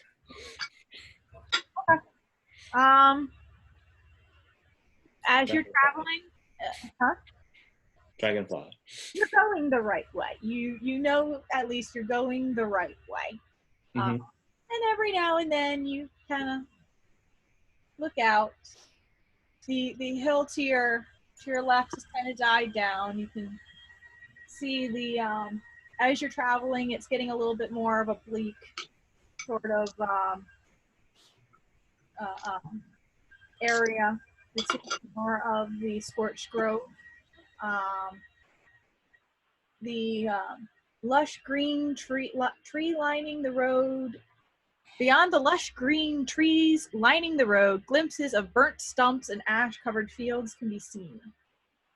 It looks like a massive fire has recently ravaged the area. Such devastation.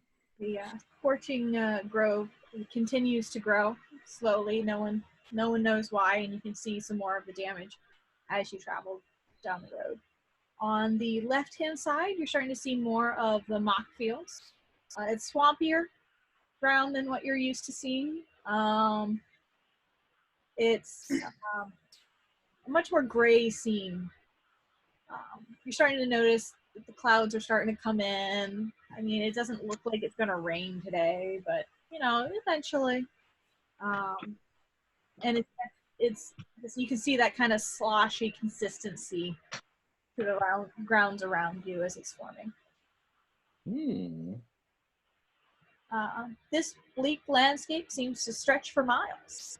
And while you're looking out over this gray scene, does anyone else want to make any perception checks? I will. I'm kind of focusing on the cart, so... My 20 rolled off the table. 5. 17. There I you just go. was amazed at Oh, how a 17 squirrel can pull a cart. Plus perception, that's 2, so that's a 19. 19? Okay. My other D20 rolled off the table, Hmm. so I had to get another one. So as you're traveling down the road, Red and Gwen are just kind of enjoying the scenery and noticing its change, and you know, kind of getting a glimpse of what they're looking for. It's getting closer to dark. It's not dark yet. It's not quite dusk, but it's, you know, it's getting later in the day. The sun is starting to come down, and as you're traveling, both Eliza and Gerald actually look up and you kind of see a little bit in the distance. This is Quick little cloud. Seems to be moving a little more differently than they'd expect. Just little, kind of looks like little creatures. And there's another one on the other side. And the one kind of changes directions and starts coming your way. Might have more company. What was that?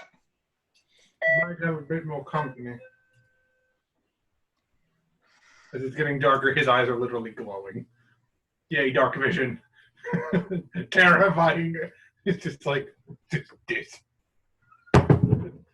Terrifying. Red puts a hand on her rapier. Okay. As you guys are doing this, bum, bum, ba, bum, bum, I'm going to have to ask you guys to be forgiving for me on this map because it's one that I found. So I'm going to have to show you a little bit of a difference with it. Okay. So as you're Nothing traveling, before you. It's fine.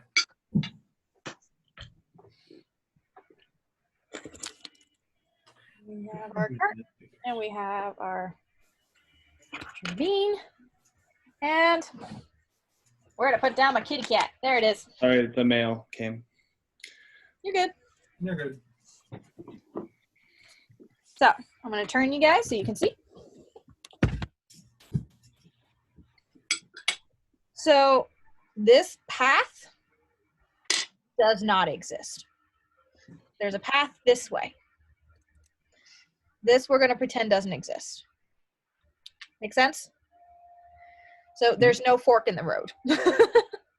Just the map I found. Or if there is, it's all going to loop back in the same place. It's fine. So as you're traveling,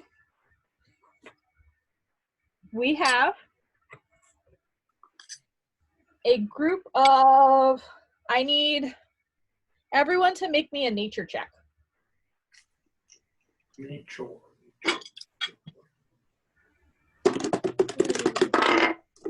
That's a Nope. 7. 7? Yep. That was a natural 1 plus 3 is 4. You guys aren't making this easy on me. 19. 19, okay. 16. All right, so Gerald and Gwendolyn, you know that these are called, these are swarms of ember bats. Or They're what? called what? Sorry. Ember bats. Ooh. Oh, God. Oh, no. It's 2 swarms of ember bats are coming your way and fast. Ember bats! Everyone prepare yourselves! Gerald draws his sword, bloody ember bat. Roll me some initiative. Oh, that's not good. Good with initiative. That's a whole 21. Okay, that's awesome. Cool. That was good. What happened? I rolled a 3 for one of them. Those are a little chunkier. They're a little slower. Chunks. Bless their heart.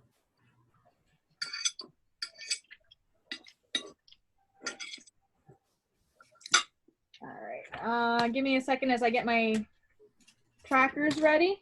We've been doing this during our break, but that's okay. Yeah, all right. I rolled a 7 for initiative whenever you're ready. All right. Give me a minute. I'm going to ask you guys I what I did before in a second. God. Okay. One of them has an initiative of 5.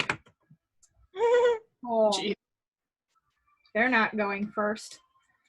No. 25 to 20.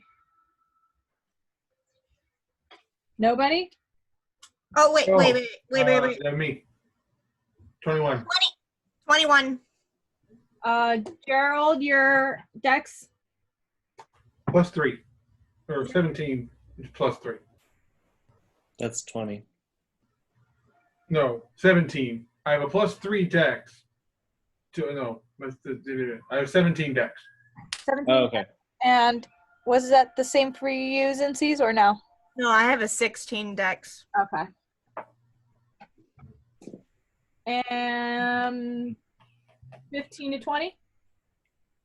I got a 17 for red. Okay.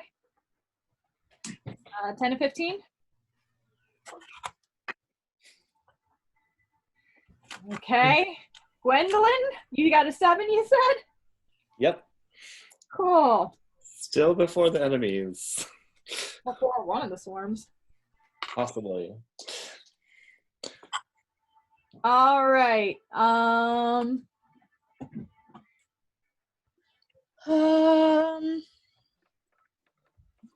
Gerald, this is where you are. We've got Red, we've got Gwen, we've got Zincies, and we have Eliza. And the 3 mob hawks are piled on that cart. Gerald, you're first. Okay, how far away are them bats? 25 feet for one swarm and Oh dear. 35 for the other. They're attacking from both sides. Oh dear. Yes. They're being flanked. Well, I'm going to move 25. I'm going to move towards the group on the left. I will also say that they are 10 feet up. 10 feet up. 10 feet up. In the air. Yes, I just don't have stands for that. If you have D6s, I find that they are helpful. Ah, yes. Or like the clear cases that dice come in. I don't have any of those. My dice all come in bags. She makes her own dice. Also that. I mean, if she has resin, she can make the stands. I don't have time for that shit. That's a total lie, and you know it. But we won't judge because we're your friends and we love you. Oh, problematic little shit. So. All right, so you can get over there. They're still just above you. But, I mean, I'm not going to count that as too much. You can still, like, 15, 20, 25. I mean, they're like 10 feet above you. So I can theoretically jump and try and swipe them. Yeah, why not? Yeah, I'm gonna try and hit them with my sword. Okay. Give me an attack roll. Okay. I dropped it out. You what? I dropped my D20 again. Good job. Okay, 15 as a dirty 20. Dirty 20. Okay, that definitely hits. Cool. D8. Nope. Yes, D8. On D8. That's 5 plus 3. That is 8 damage. 2 red. Okay.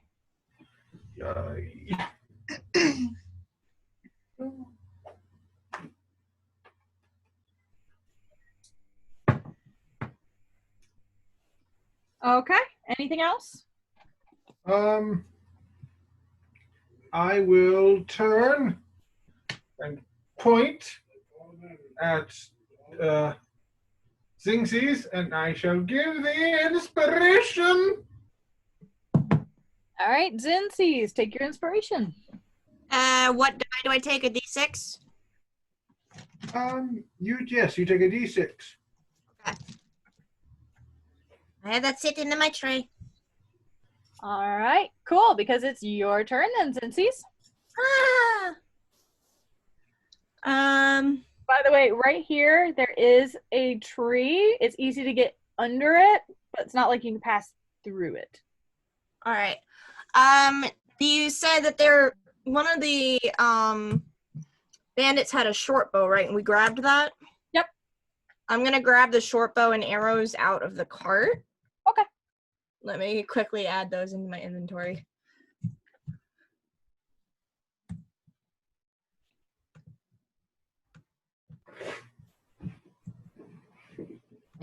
I want arrows.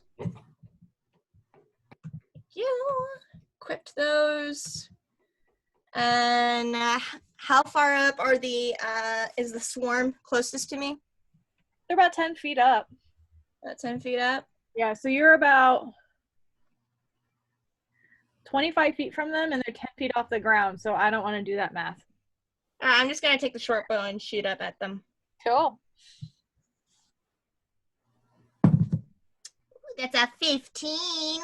Yeah, he is. All right. Yeah. That's gonna be 6 points of piercing damage. Okay. You shoot it. Yeah. Nag. That's where I am. You impale a couple of the bats as it falls through them. Keep going. Should my turn already? Anything else you wanted to do? Actually, if I can get any cover, I'm going to run towards the tree. Okay. Are you trying to just duck behind it for cover? Yeah. From which one? Are you trying to cover from this group or this group? The group I just shot at. You're gonna tuck on, like, tuck there. You basically have full cover from that swarm. Okay. That's my turn. Okay. I gotta go turn my AC on. It's getting hot. Oh, I should probably. Yeah, I see it. Yeah, she don't roll it shit. That's right. She'll be last. Next we have Red. What you doing, girl? Yee. I am going to. Wait, I'm gonna go up to the other dude that's in the air. This one? Not that one. The other one. This one? That one. Yeah. And I'm going to throw a dagger at it. Okay. You throw a dagger into the air at the swarm of ember bats. Yep. 18. That definitely hits. Yee. That is a D4 plus 4.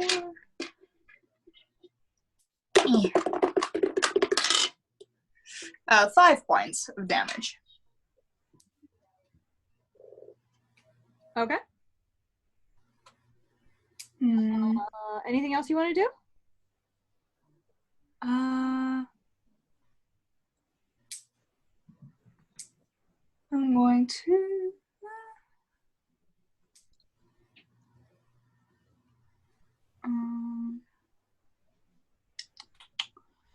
No, that's it.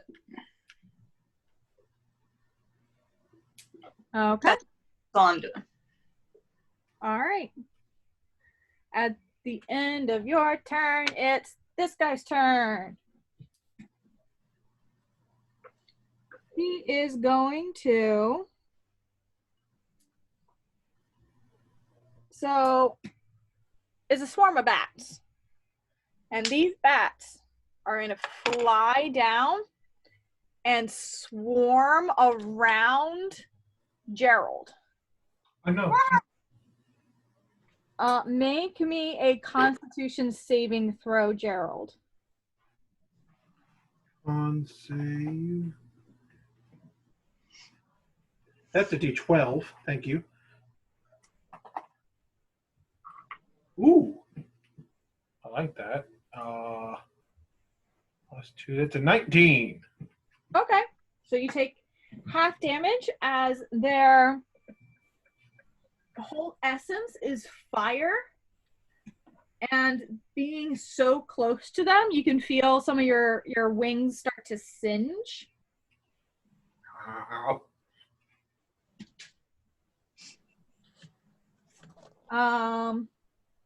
Just from being so close to them, you take 1 point of fire damage. Ow. And then they're going to attempt to bite at you. Oh no. So that is it's not great. They rolled a 10. Nope. Okay, so you're it's hot. They're swarming all over the place, and you're just kind of whacking them to keep them at bay. Next up is Gwendolyn. You're up. Oh my. Fire bats are just the worst. How far away is she from the swarm that's attacking Gerald? 25 feet. Now that they've swarmed him, they are on the same level. They're basically in the same space. They've occupied the same space that Gerald is. They're swarming around him. Okay. I think a little tit for tat is in order. And she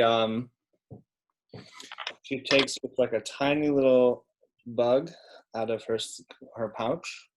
It's a little flea, and she crushes it in her hands. And then it's like the fine powder she blows. And a swarm of wasps appears and goes to attack the it's the square that Gerald's on, but it only targets one creature. So it attacks the swarm of bats is considered one creature. They need to make a Constitution save. Okay. And the con save is 12. 4. Okay. So they take D6 poison damage. That's a 2. Okay. But then they also move. Okay. There's a very vocal Robin on the telephone wire. Oh, I hear it.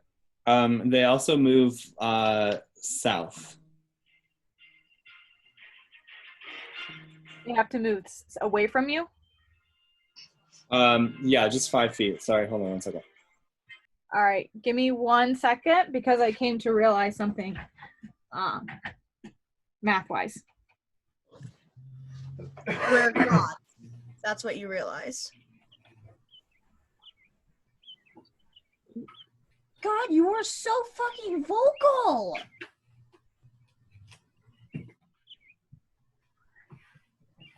Vocal little shit. Oh my God. I can hear it too. That's how powerful my microphone is. I don't want A to happy bird. but you were being loud. What kind of bird is it? Robin. Aw. Robins are vocal little shits. All right, so for the attacks that Gerald made and the attacks that Zincy's made, you notice that they're hitting them, and there's no you're taking out some of the bats, but not as many as you were hoping. They have resistance. And then you said so they took how much poison damage? 2 poison damage. 2 poison damage to the ones around Gerald. Yep, and then they have to move 5 feet south. 5 feet away from you, I'm assuming?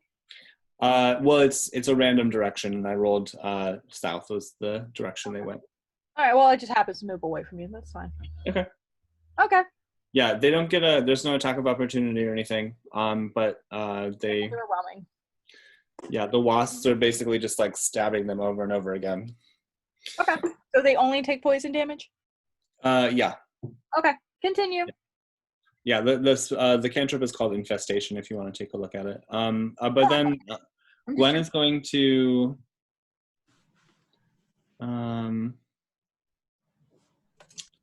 she is going to move a little bit closer to the cart. Like here? Yeah, that's fine. Or do you want to be behind? Because the cart is here. You can be behind it, or you can tuck over to this side. You've got enough movement to get pretty much anywhere around that cart. Oh no, there's fine because I have eyes on both the swarms, but I'm next to something I can like hide near if I need to. Okay. All right. Anything else you wanted to do on your turn? No, that's all.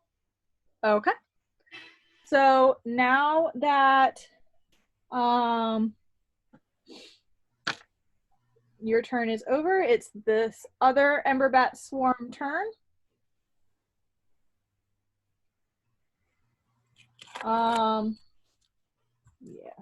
I got that mixed up. That's fine.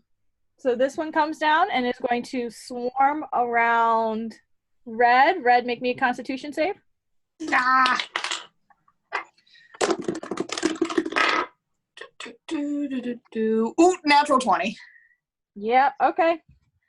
You're only gonna take 1 point of fire damage. Lucky motherfuckers. And they are going to try to bite at you. Great.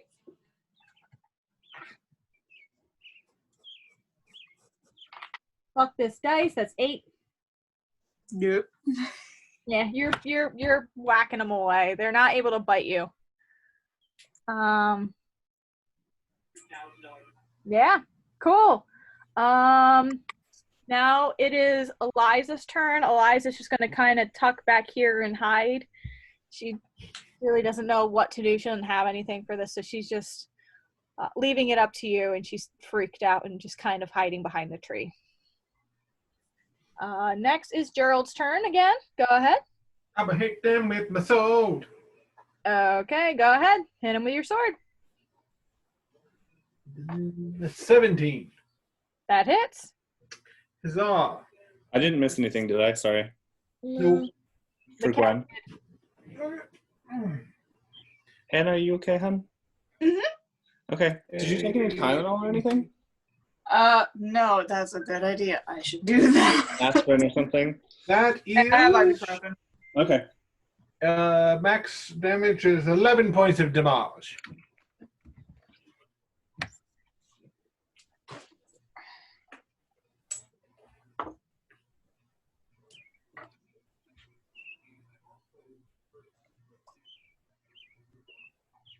Right.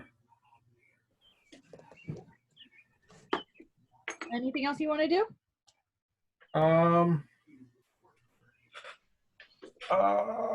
No, not really.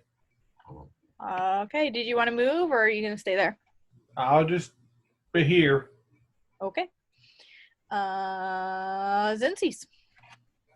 And I'll be back. I don't really have much else that I can do, even though damage isn't really hitting them that well. I'm gonna just pop out from behind the tree and shoot that swarm with a short bow again. Okay, go for it. That is a 17. 17 hits. Ooh, for 9 points of damage, halved is 4 or 5, since you said that they're only like taking half damage. Okay. You're dwindling them down. This swarm over here definitely has a lot fewer. There's a lot more smoldering corpses on the ground. This one is missing quite a few. No, hide. Is missing quite a few as well. It still has quite a few that are up. But it's not looking the best. It's pretty thinned out. Anything else you would like to do? I just go back behind my tree. Cool, you're back behind your tree. Red, anything you'd like to do? I'm still by that swarm. So I'm gonna take my rapier and whack at him.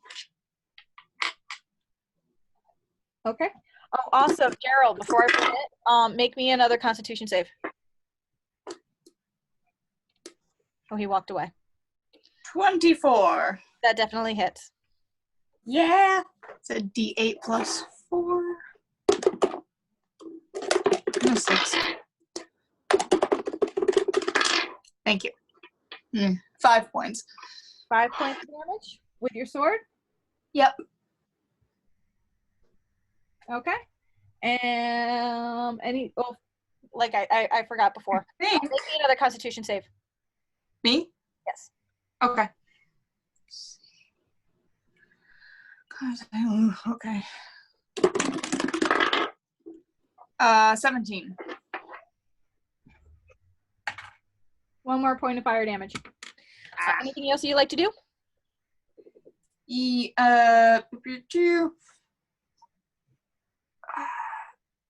So, forgive me, I don't play rogues very much. I have the 2-weapon fighting as a bonus action. Mm-hmm. It says when I take the attack action and attack with a melee weapon in one hand, I can use a bonus action to attack with a different weapon. Yes, if you have a second weapon that you want to pull out, you can stab again, basically. Okay. Then... Do you have any more daggers since you threw? Yes, one of them? I do. Oh, no, wait, hold on. I have a short sword. I'm gonna use that. Okay.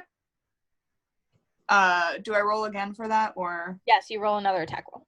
Roll another attack. Ooh. 11. To hit? Yeah. You go to swing at them, and it just kind of around the blade. All right. That's it from me.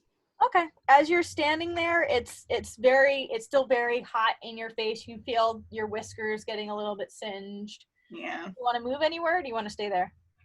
I'm gonna stay there. Okay. Let me know when Gerald comes back because I can't see the screen. Oh, Gerald, you're there. Roll me another Constitution save. I meant to do this at the top of your turn. Done. Get good.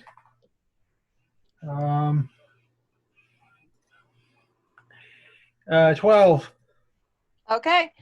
You take 1 point of fire damage. Yay!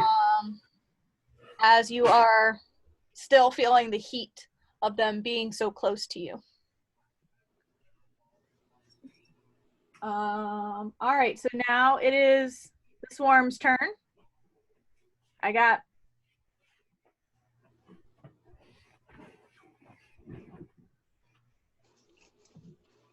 No, I didn't. What the hell? I'm screwing myself up. Yeah, it is this swarm's turn here. Yes. And they are going to once again dive in towards Gerald and get up in his grill.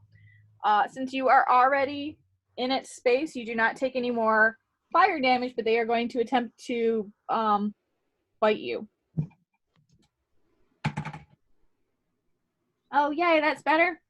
21 to hit. Yeah. Okay. You take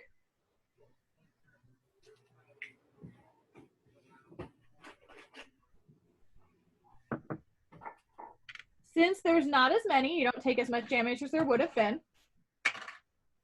You take 4 points of piercing damage as they start to bite on the parts of your body where you don't have any armor, where they're kind of biting at your neck and at your Nibble your toes. paws and shit, yeah.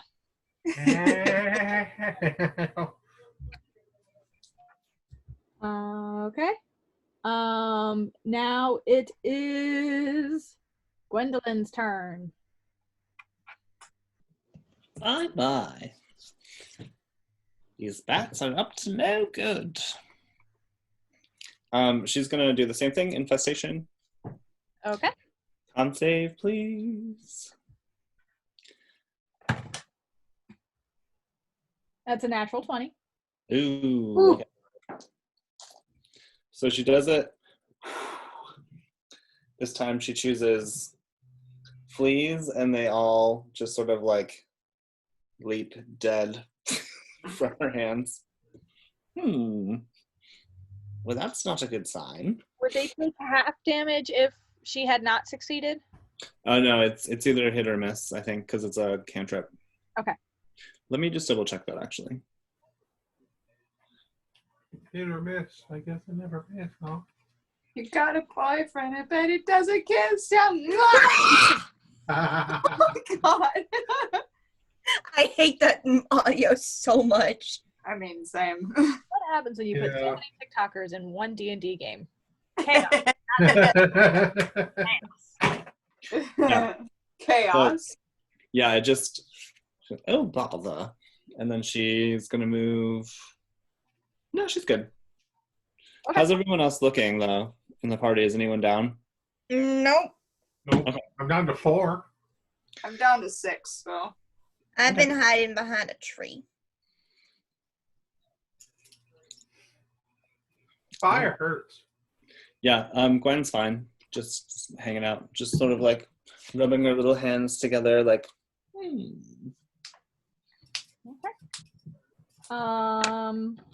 So now it is this swarm's turn. Since you are still in their space and it's at the top of your turn, you don't take any more fire damage, but they are going to try and bite you. It's a 17 to hit. Sorry, 16 to hit. Yeah. And like I said, now that since there's so few of them, it's not as much damage as it would be if it was a full thing. And you take 3 points of piercing damage. Ouch. Hey, be happy you guys dwindled their numbers as much as you have. Yeah. Okay. Next up is Gerald's turn. What would you like to do? I would like to hit them with my sword. First, you take a Constitution save. I do. Indeed, I do. Ooh. It's a 21. No, gotta stop rolling so high on these Constitution saves. Well, I don't want to be on fire. Apparently neither does my blue dice. 1 more point of fire damage. Ow. Be happy I keep rolling low on these damages. Yeah, I'm down to 3 hit points. Me too. Granted, I only have 10. All right, so make your attacks. I'm going to hit them with my sword.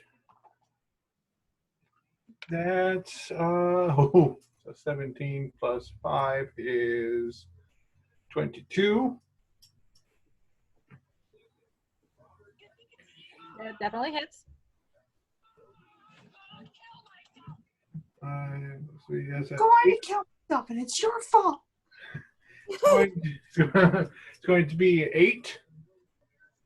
No. Yes, 8 damage. Ooh, that swarm is not looking good. There's only a couple bats left.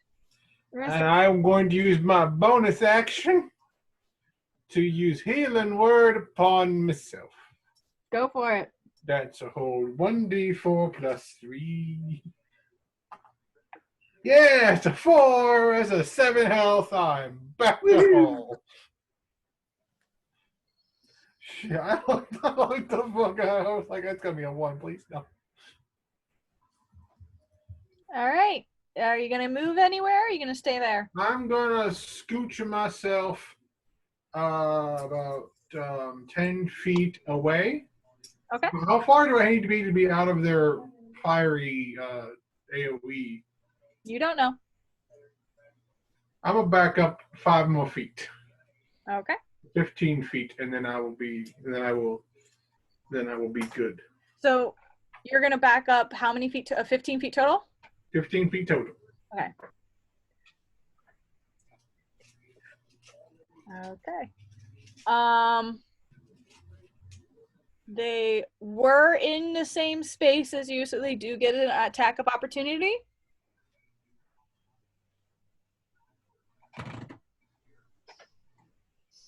That's a 12. That is not enough. You barely miss. They keep coming at you, and you basically have your hands over the back of your neck as they're biting at you, and you just kind of brush them off. Okay.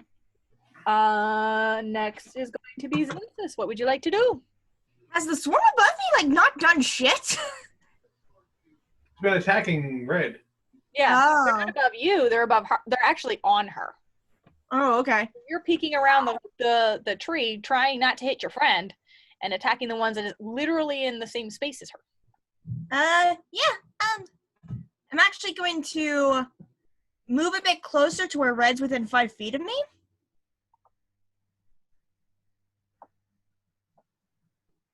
Do you want to stay in range of the bats? I want it to where Red's within 5 feet of me. Okay, Red's in 5 feet of you, with the bats on the other side. Well, actually, technically, you both are because they're in the same space as Red. Okay. Gonna drop the short bow and pull out my rapier instead. Jab towards the bats. Okay. As you are now within 5 feet of the bats, make a Constitution save. That's a 19. You take 2 points of damage because I actually rolled a 4 in that D4. Fucking finally. Oh my dad. So you just take 2 points of damage instead of all 4. Okay. I go to attack. Yep, go for it. 20. That hits. Okay, Is that a natural 20? yeah, natural 20. Ooh, shit. No. Okay. That's gonna be 2d8 plus 5. 7 plus 5 is 12. Half is 6. That's a very rough looking swarm. And for my bonus action, I'm going to help Red so her next attack has advantage. Okay, that swarm does not look very good. There's like a couple bats left. So on Red's next attack, she's going to have advantage because I'm helping her. All right, did you want to do anything else? Did you want to back up or? I have to stay within 5 feet of her for help. Okay, that works then. In that case, it is your turn, Red. Cool. So I get advantage? Yes. Ooh. I use my rapier. Now your turn. Constitution save.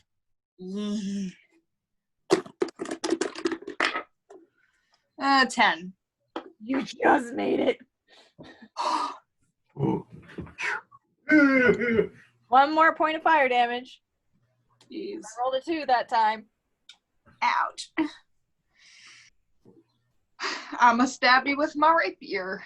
Okay. Roll with advantage. Thank goodness. Oh, thank goodness. That's a 19 on the die. Okay, that's definitely gonna hit. Yes. Since you got advantage, you get sneak attack. That's right. It's an extra D6, right? You get sneak attack at level 1? Yeah. Rogues always get sneak attack. Why do I think that kind One of the features. I don't know. I don't remember. To level 2. Huh? It's uncanny. Yeah, it's the extra action. Woo. That's 10. 13 points.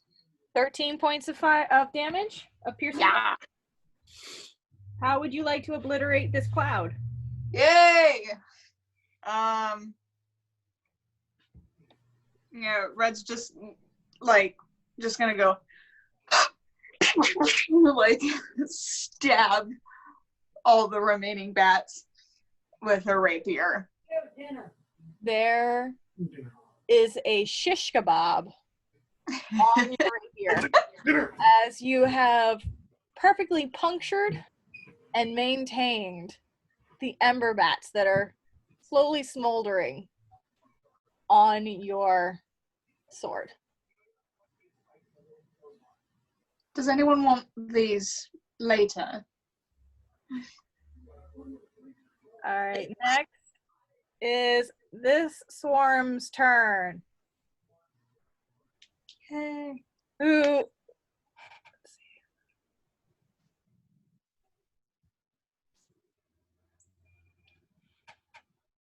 They are actually going to come over here, 5, and swarm the little old hedge. Oh, not the hedge. Gwen, make a Constitution save for me. This won't do.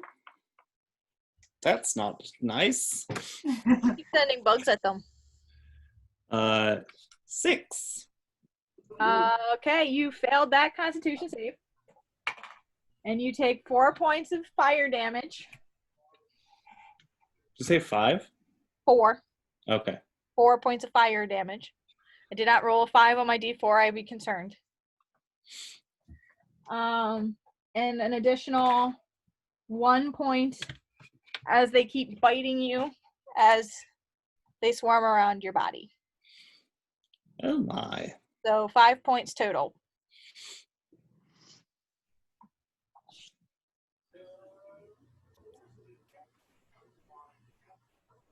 And it is now your turn. Well, that just simply won't do.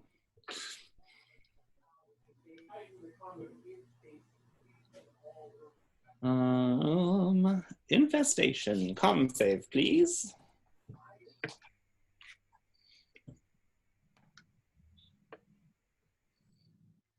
Ten 10 total? 10 total. They They don't don't- have a good. They don't have a good con. They don't make it, but they only take 1 poison damage. And they move west. All right. Well, they're no longer occupying the same space as you, but you can still feel the heat clinging on to the side of your face as they are right there. Do you wish to move, Ooh. or are you going to stay there? I will stay where I am for now. Roll an intelligence check for me, please.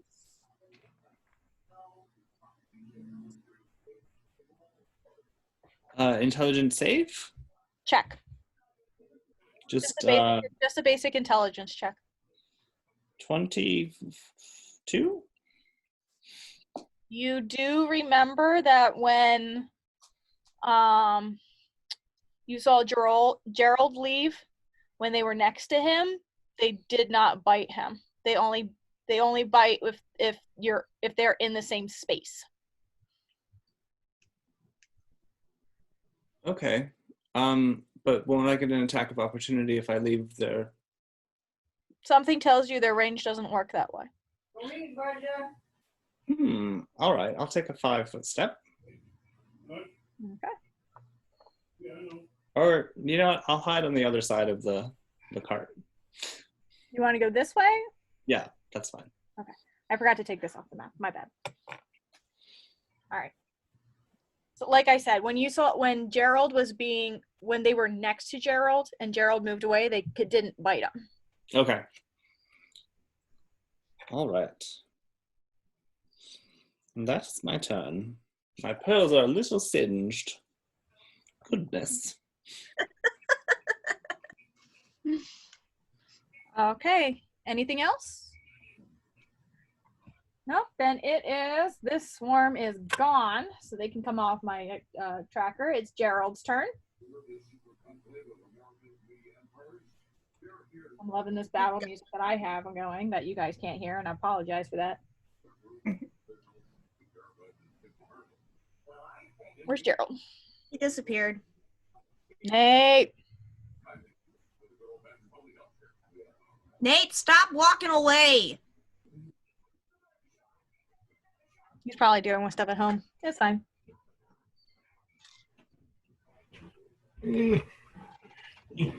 Sorry. Dinner right there. Scrambled eggs, bacon, and biscuits. All right, it's your turn. My turn. There's the bits. There is one swarm of bats left right here, and there's not many of them left. Do I need to roll Constitution? No. Okay. Scoot a little bit, just close enough. And I'm hitting him with my sword. Okay, so you're scooching towards them so you Yes. can reach them? Yes. Then now make me a Constitution save. That's a 6.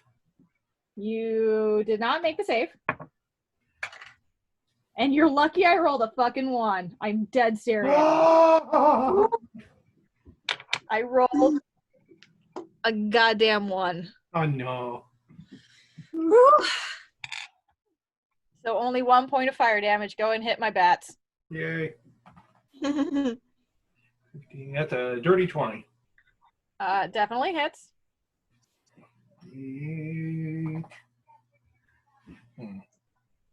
That is 5. Wait, let me see. 5 damage.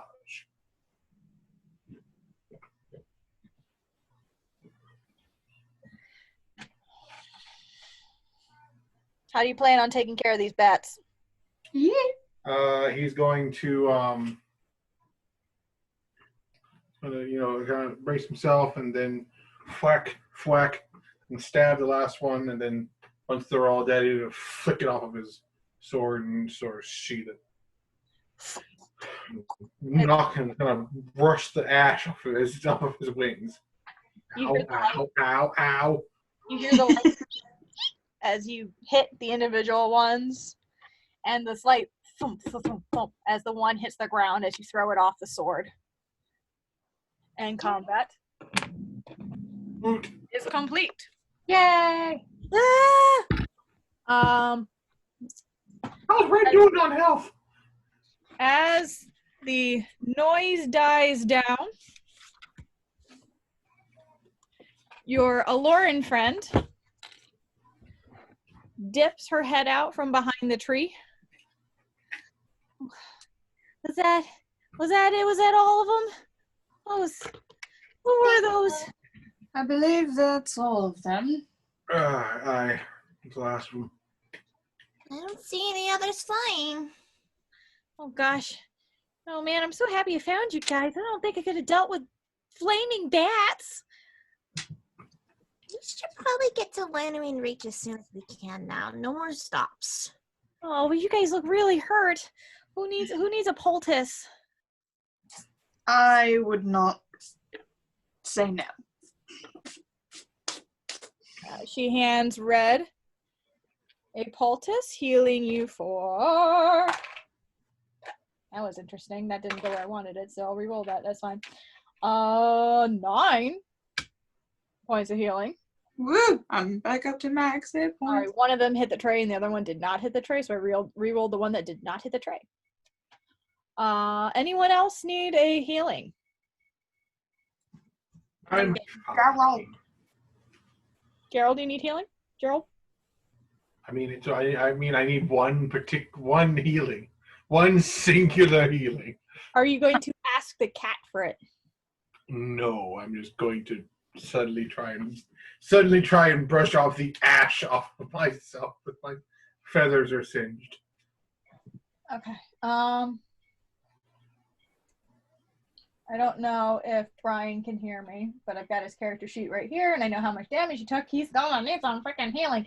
Gwen's gonna get healing too. I'm assuming she's just gonna ask, and she gets, ooh, that's really good. 10 points of healing, so that brings her back up to fine.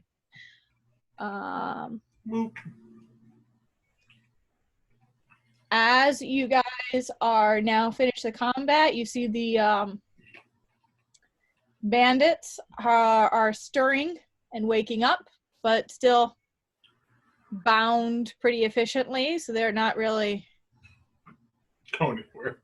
doing much about it. They're just kind of struggling and pulling and then eventually give up and then just sit there. Anything else you guys want to do? Lift the cardigan and get ready to go. Okay. I'm not going to have you roll another strength check because that's silly. We're just going to count it as fine. I mean, I rolled an 18 for it, so. No problem, Hercules. You get to take that cart. Bless my soul. Zins was on a roll. Hercules. Hercules. Hercules. Zinzies. Exactly. I love it so much. And start heading off into town. Where's my soul? Work with on a road. Damn it! Not the entire soundtrack. Go the Distance is Zenzi's theme song. I'm not sorry. I am not sorry at all. I am so happy I got that stuck in your head. All right. So that's not the right. Where's the rest of my notes? There it is. Brian, you are healed. I heard. Thank you, darling. Oh, Yes, you are healed fully. fire bats. My. Nastyville. Okay. So Good, with mine. the flaming bats behind you, you continue down the road for about another hour. It's closer to sunset, so it's not too late as you arrive at Winnowing Peak or Winnowing Reach. There you see just a properly described outpost. There are tents and general buildings. It's relatively bustling, but not too much. You'll see that there are homes and research posts such built up into the trees. There's quite a few bird folk here, as well as some gerbeens and a few mawpocks, and it's mostly bird folk though. And you see there, you get past the town guard. It uses the bird folk guard in this area. And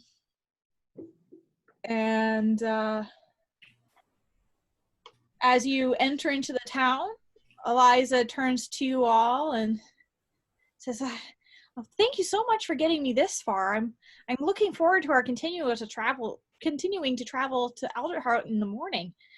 In the meantime, you guys really deserve a rest. You worked really hard. Thank you. Well, first things first.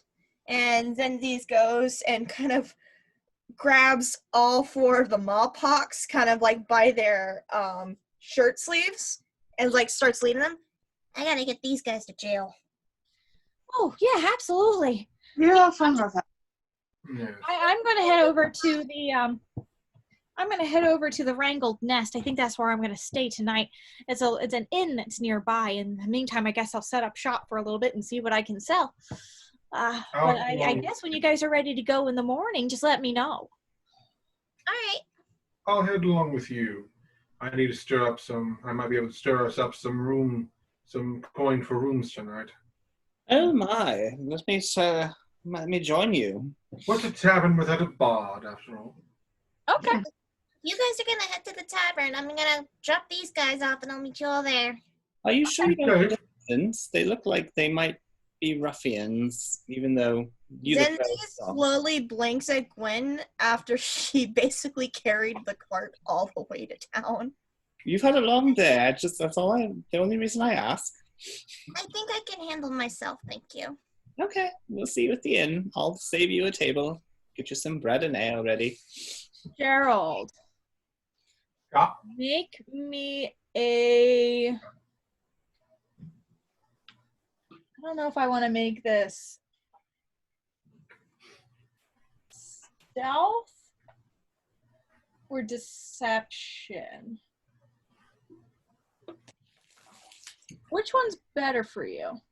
That's a good question. Let me look. As you're trying to actively hide yourself from these mawpocks. Yeah.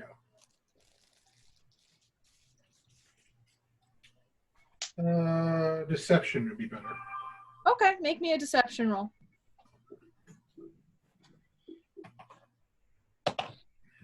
Ooh, that's a whole 7. I rolled a 2. Ooh. So that's a 7 total. Okay, one of them just kind of like is so furious at the situation. One of the male Mawpox is just so frustrated that he's not paying you any mind. The female, though, just kind of looks you over very intensely before giving a sly smile and scoffs, but doesn't say anything as she's being pulled off by Zinzi's. Do I hear her scoffing?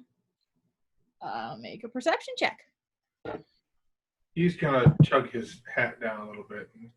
18. Yeah, you. Ooh, Sarah, I'm going to message you something. Hearing her scoff, I kind of yank her a little harder. Okay. Let's keep going. For you're lucky you're still alive. And I take them towards the jail. Okay. Like I said, it's a small town. There's only a small little jail. It's run by bird folk. So when you get there, you see a tiny little hedge owl and a raptor both standing there. The hedge owl definitely looks like it's more a messenger between different areas in the town. While the raptor looks more annoyed at the situation with this tiny little hedge owl just constantly chirping in his ear.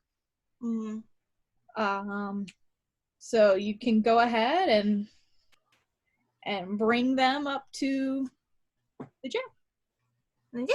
I kind of march forward, just looking as proud as I can for a tiny squirrel. Hello there. Zinzi's scout of the Meadowfen Town Guard.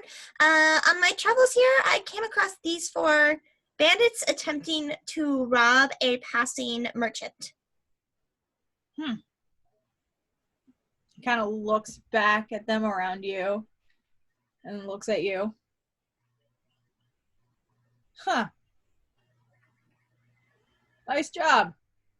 We've got a cart coming from Alderheart in the next couple days. We can hold them until then.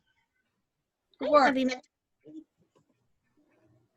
I sort of just pass over the bandits to them for them to take over. Yeah, he takes them, leads them to the back jail, and locks them in and just kind of gives you an improving look. And then the owl next to him was like, "Whoa, you got all 3? Oh, that's really impressive." And the raptor just kind of rolled. Whatever, how many there were. Sarah, I left you a note concerning the thing. Who what? Okay. Yeah, well, I would just advise any local towns guard or villagers passing who are going to be heading out of town just to keep an eye out for any roving bandits. There's been an increase of roadside robberies in the past week. Yeah, we've heard a little bit about that ourselves. Not too much, though. What else is news out there? I don't get much up back in this shit. Unfortunately, Ash Barrow's no more. Seems it's got confused by the what was the grove called again? Scorching Grove. Seems it got consumed by the Scorching Grove. That place seems to be increasing in size now. Again? Shit, Yeah. I don't have enough to deal with these assholes. He kind of gestures back at the bandits behind him.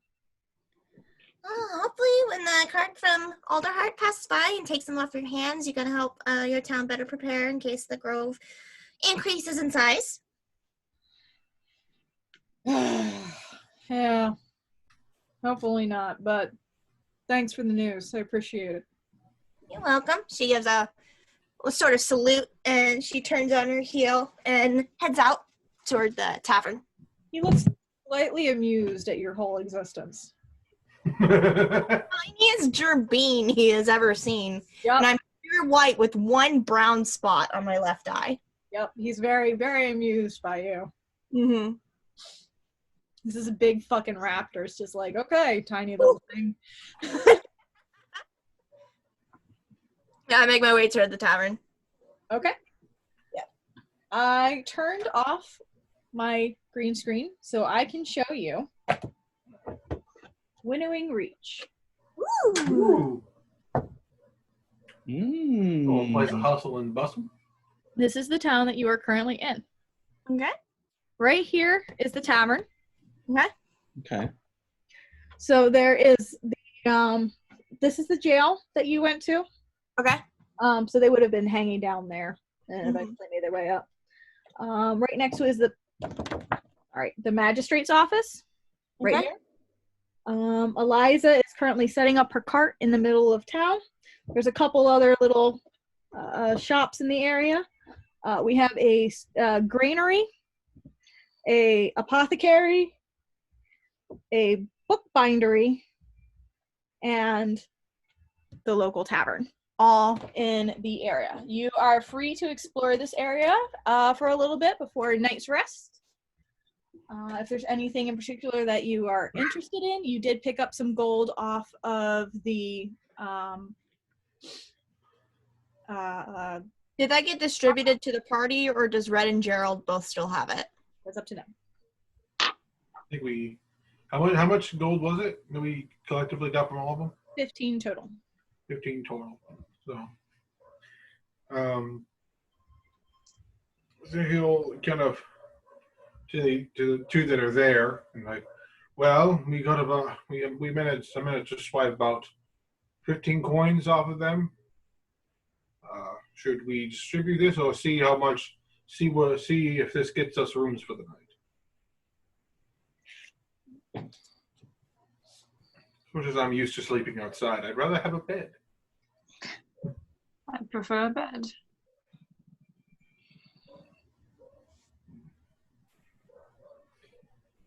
I say we wait for a young guard friend and see what she says, and otherwise you lot can divide it between the three of you. I'll need to make my own coin. He strums the lute. Din, din, din. I can make coin. Din, din, din, din. Ding ding ding ding ding ding ding ding. I mean, you don't have to worry about me. I can find my own coin. He just kind of gives her a very knowing look and a smirk. Oh, I'm sure. So are you guys in the tavern yet? Sorry, I did not mean We're to. just kind of walking along, cruising down, talking and walking. I'm making my way back. Making my way downtown, walking fast, faces fast, and I'm home, but Making my way downtown, walking fast. Passes a group of 5 raptors. Walking faster. Tavern bound. Gwen is just chatting with Eliza. Eliza went to go Yeah, set Eliza She's set not heading to the tavern. Oh wait, so where she doesn't have her cart set up? No, she's taken her cart into the middle of town, which is not in the same direction as the tavern. Right. And is currently setting it up. So unless you followed her to help her set up Yeah. the cart, you did? Okay. Yeah. I'm gonna go to the tavern after, but I just wanna. Yeah, sure. Absolutely. So why were you traveling alone? No.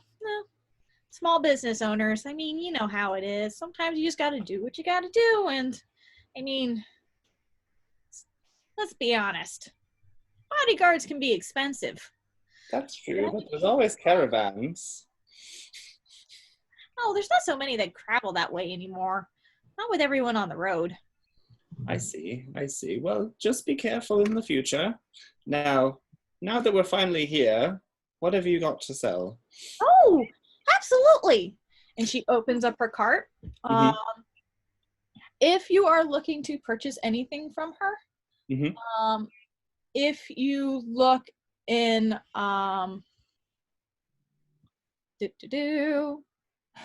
there it is. Nope, that's not it. Where's my mouse go? It's on the wrong screen.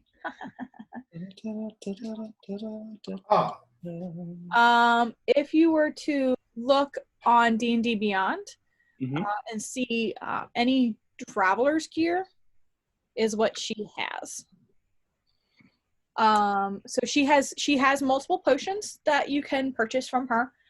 She's got basic health potions. She will also have things like tents, lanterns, She'll have ammunition if you guys wanted to pick up short bows or arrows or javelins.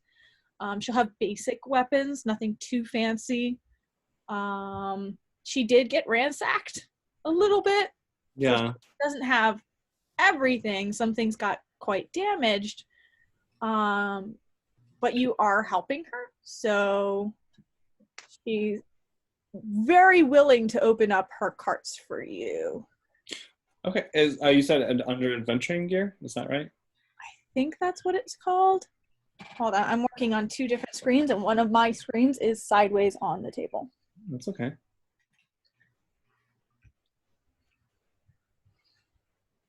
Map table, do you have my secrets? Basically.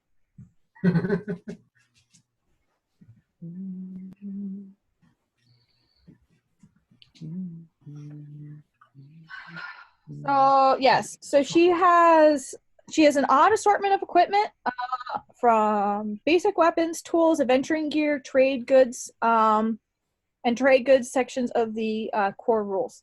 So she's got anything that's under 25 gold, basically. Okay. So if you're looking to stock up on ammunition or get up a short sword or more daggers, she has those. If you're looking for like a tinker's kit or jeweler's kit, she's got those. She has thieves' tools. She has healer's kits, not many. And she's got a couple potions left. She Okay. did use I don't have that much gold, so I'll take a healer's kit. Okay. Let me pull up this screen here so I can look back at my list. Ooh,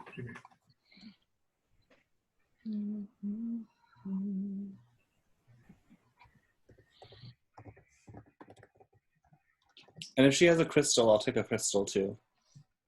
Any particular kind of crystal or? Whatever a 10 GP crystal would be. I mean, preferably amethyst would be cool. Yeah, she's got one. Okay. And you said 10 gold? Yeah, it's the price on here. Okay. Are you looking for something that's worth 10 gold? Actually, I'm just looking for a crystal, not even as a spellcasting focus, just to have one. Okay. Page isn't even looking. All right. So why can't I find where I put that thing? It had all my prices and shit. No, according to this, crystal is 10 GP, and then the healer's kit is 5 GP. Thank you. So all together, she's willing to sell it to you for 10 total because you have been helping her. Oh my, that's very kind of you. Oh, well, I mean, you guys have been helping me a lot, and you're going to help me still tomorrow, so I really appreciate it. Really, though, am I supposed to be paying you guys? I'm sure it's fine. Please, no, we're happy to help. Well, I'll be at the tavern if you'd like a reading, though. Oh, sure. Tonight, Mike, that would be great. All right, I'll be setting up there so long as the innkeeper is okay with it. Otherwise, I'll be right outside. Okay. I look forward to it.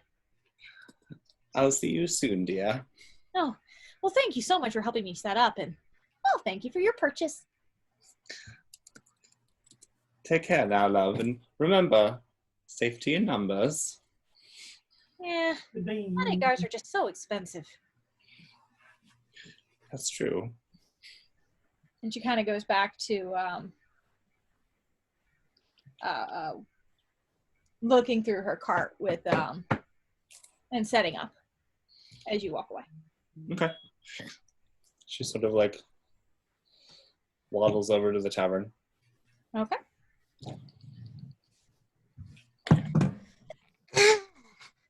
All right. So as you guys arrive at the Wrangler's Nest, it's pretty quiet on the inside. There's not too many people in the crowd, but you can kind of see that a lot of how quiet it is and how calm it is has to do with the owner of it and her general "don't mess with my pub" attitude. You see a stout, actually, which I don't know if you guys know what that is. It's kind of like, it's part of the weasel family. They're super cute. So you see this stout with almost reddish fur is very calmly at the bar pouring the drinks and passing on orders to a couple really small, much smaller stouts that you can see are probably her kids, that are running from table to table and much more busy and bustling and making sure food gets out, and every now and then acting up until they see a look from their mother, and then they stop and sitting up at the counter, looks like almost falling asleep in his chair. You see this much older stout that's definitely grayer in the fur, and he's just kind of watching everything and falling asleep in his chair, and he's got his book in front of him, and he's probably the one to talk to if you want to get rooms.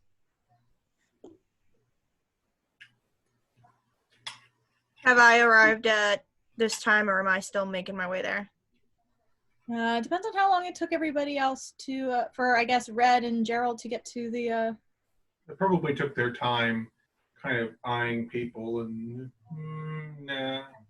if they're taking they're taking their time and you're the energetic little being that you are, you're arriving at about the same time. Oh, good. There you are. Yeah. Try that again. That was fast. Well, really tiny and really fast, so. Small but mighty. Wow. You guys see how much rooms are? We just arrived ourselves. We were about to head in. I was just about to ask. It seems to be a family-owned business. I think that older gentleman is the one we need to talk to, and the rather hostile-looking stout seems to be who I need to talk to, because if I start playing in her bar without permission, I feel she may attempt to eat me. How big is this stout woman?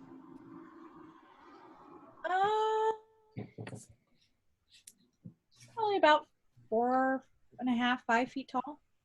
And how tall is Gerald? He's medium-sized, so he's about 5-something. They're about the same size. Zenzi's just looks at the size of the stout woman and then Gerald. If anyone should be worried about getting eaten around here, it's probably me. I think you're fine. Yeah, that's fair enough. I'm worried about her letting me stay in the evening. So, Only go talk to her. I'm going. Oh, he'll take the 15 gold and he will hand it to Zenzi. We got this off of the bandits. See, I thought we should, if anything, put it towards rooms. Otherwise, you three can split it. Oh, okay, I can go see how much rooms are. Excellent idea. All right. So Zenzi's and Red are gonna go towards the older stout. I'll grab us a table. He's older, and he's got like a little bit longer whiskers in the front, and he's just kind of watching the chaos. He's kind of smiling every now and then at the little stouts as they misbehave through the pub every once in a blue moon. He's just kind of enjoying the atmosphere. Pardon us. Excuse me, sir.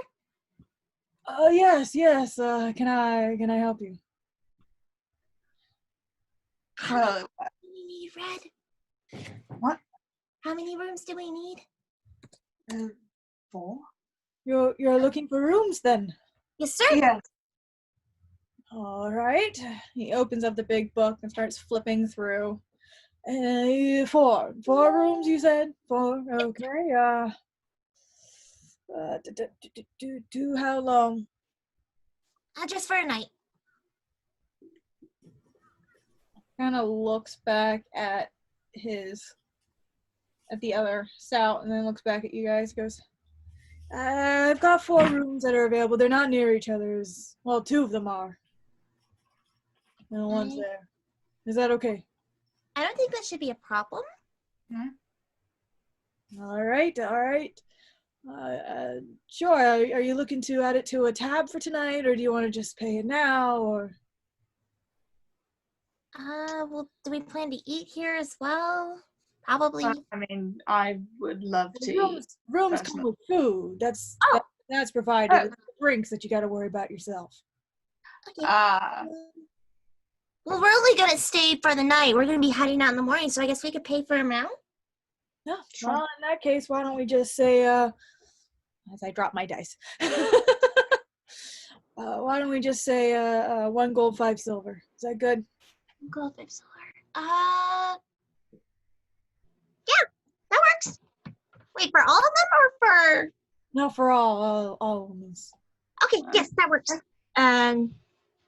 Out of the bag of 15 gold, I pull out the 1 gold and 5 silver. Okay. So that leaves us about 14 gold and 5 silver out of that.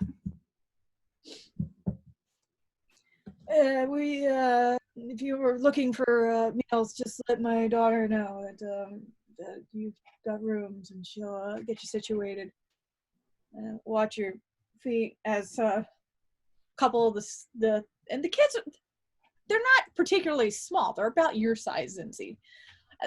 They're just running around like maniacs, but maniacs with trays. As they go scurrying past. We'll keep a lookout for them. All right. Okay, thank you again, sir. Do we get the keys to our rooms? Yes, yeah. He hands out the keys. He points you in the right direction to get food, get settled, and then did you need someone to take your bags, or? I can carry my stuff up to my room. It's fine. All right. And slowly goes back to falling asleep in his chair. All right. I turn to Red as we're heading back to where Gwen's sitting. That was cheaper than I thought it was going to be. I like this place. A lot cheaper. But, it has its charms. Hey, at least we get meals with our rooms. Yeah, that's very nice. Mm-hmm.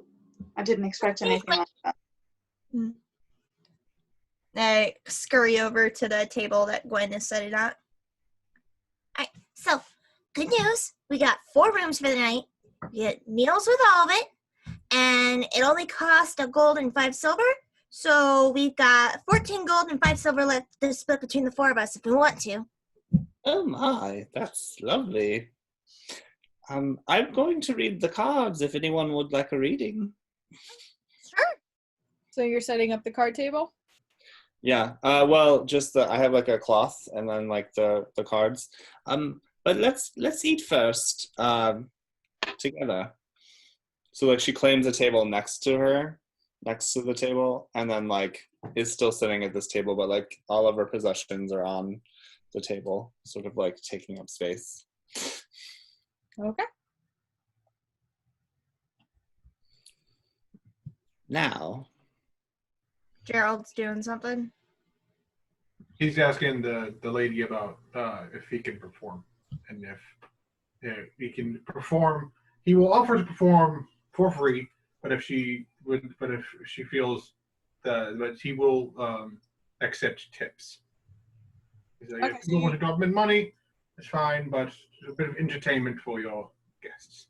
Okay, so you approach the stout one? Yes.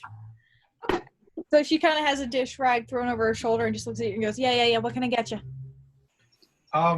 It's actually what I can provide for you. I am a bard, and I thought it would be proper manners to ask before I started performing. as Gwen is starting to set everything up. She just kind of looks around the room.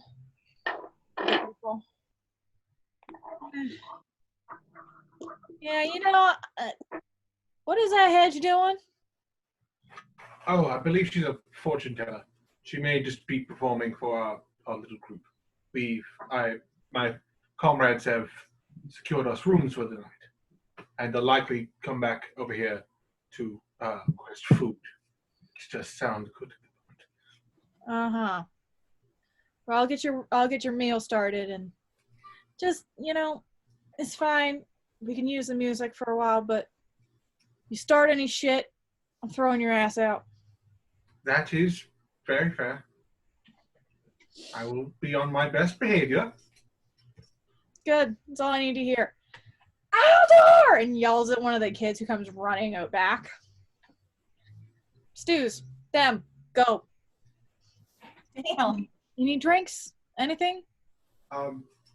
Not for me, yes. Yes, very many drinks, please. Can you hear me? Very many. Mead, thank you. A round for my friends, and he'll sit down a gold coin. All right, and she happily takes the gold and just starts pouring drinks and hands them over to you. And he'll bow his head and thanks, and sort of walk over to them and sit down. They each of them a mug of the mead. Oh, thank you, darling. It's very sweet. It's like a black currant mead. It's very pleasant. I get the feeling the mug I get is kind of like Scanlan's. It's called- I could fit my whole head in here. I wouldn't advise that. Mead is terrible to get out of feathers, and I imagine he'll Yes, kind of very sticky. go over to a spot kind of away from them, so that to be playing directly in their ear, so they could talk, and find a nice, quieter corner with his mug in hand to take steps down. Take out Like his. me drinking from this 2-liter bottle. That's how big mugs are in Zenzi's hands. Yeah. And he'll take out his lute, and I've posted the song in the Humblewood chat. Yes, I was listening to it. Thank you. Yes, and he kind of starts off very, very soft. Beware, beware, the daughter of the sea. Beware, I'm out of tune. Sorry. I have deep love for Peter Hollins, so I really appreciate that advice. I'm eating eggs. I can't get into tune. What am I thinking? But yeah. Right. When you said you were going to do a card reading? Well, if anyone would like one, I'd be happy to give you one gratis for your assistance today. You guys are all very brave. Well, comes with the job of being a town's guard. Yes. Would you like to begin? Would you like to go first? Sure. All right. Instead of doing a camera setup, I'm just going to show the card here. So, very well. Would you just like a general reading, or do you have a specific question? I've never done one of these before. That's all right. The cards do most of the work. Maybe Just just a interpret. general one. Sure, dear. Go ahead and shuffle the cards for me. He shuffles them.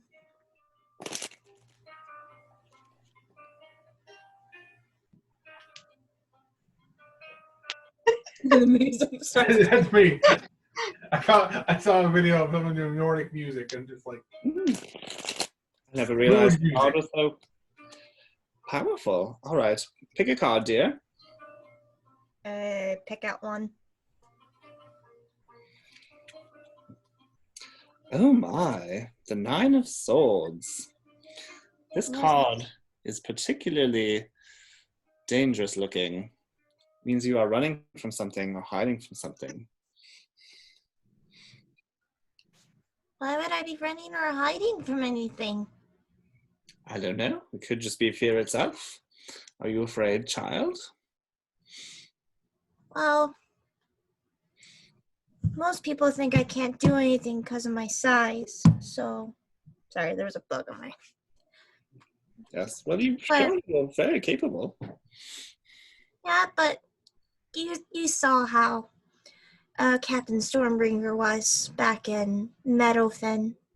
Yes. I know she means well, but she really doesn't let me do much in the town's guard. Well, perhaps you'll have to make your own path then, child. I guess so. Don't worry. You're very brave. I've seen it. Thank you. This card is mostly just to remind you that fear can be a villain of its own right. And to conquer it, you just have to face it. And she like, Sounds like good advice. yes. All right. And she takes a big sip of mead. Do you have any other questions for the cards? Not any off the top of my head, no. Okay. Well, if you change your mind, I'll be here all evening.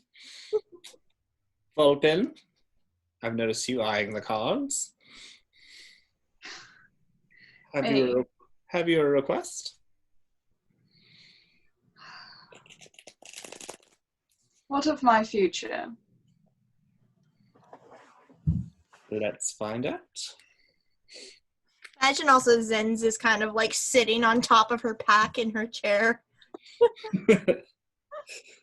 The tavern owner is used to a lot of creatures of different sizes.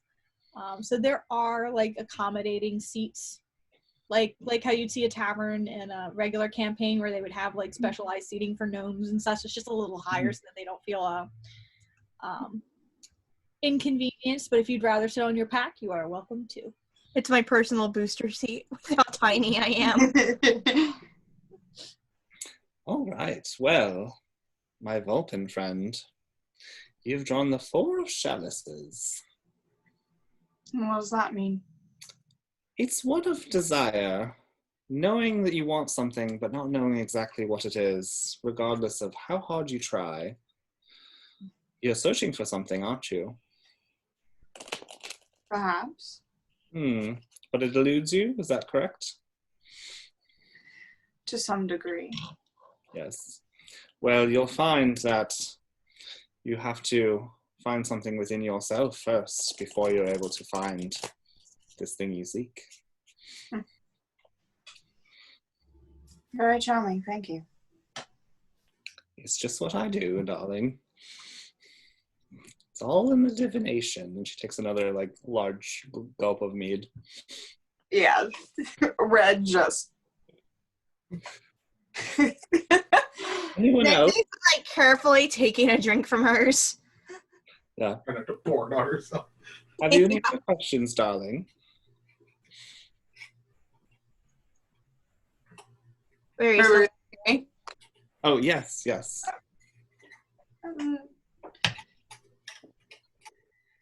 Not entirely at the moment. All right. Well, you know where to find me. I believe we'll be traveling together tomorrow, correct? Mm-hmm. All right. Well, it's in the cards. It's in the cards. And she goes and sort of like sits at the table next to you guys. Your food's been brought out, by the way. Okay. So you guys have your meals to dig into. Mm.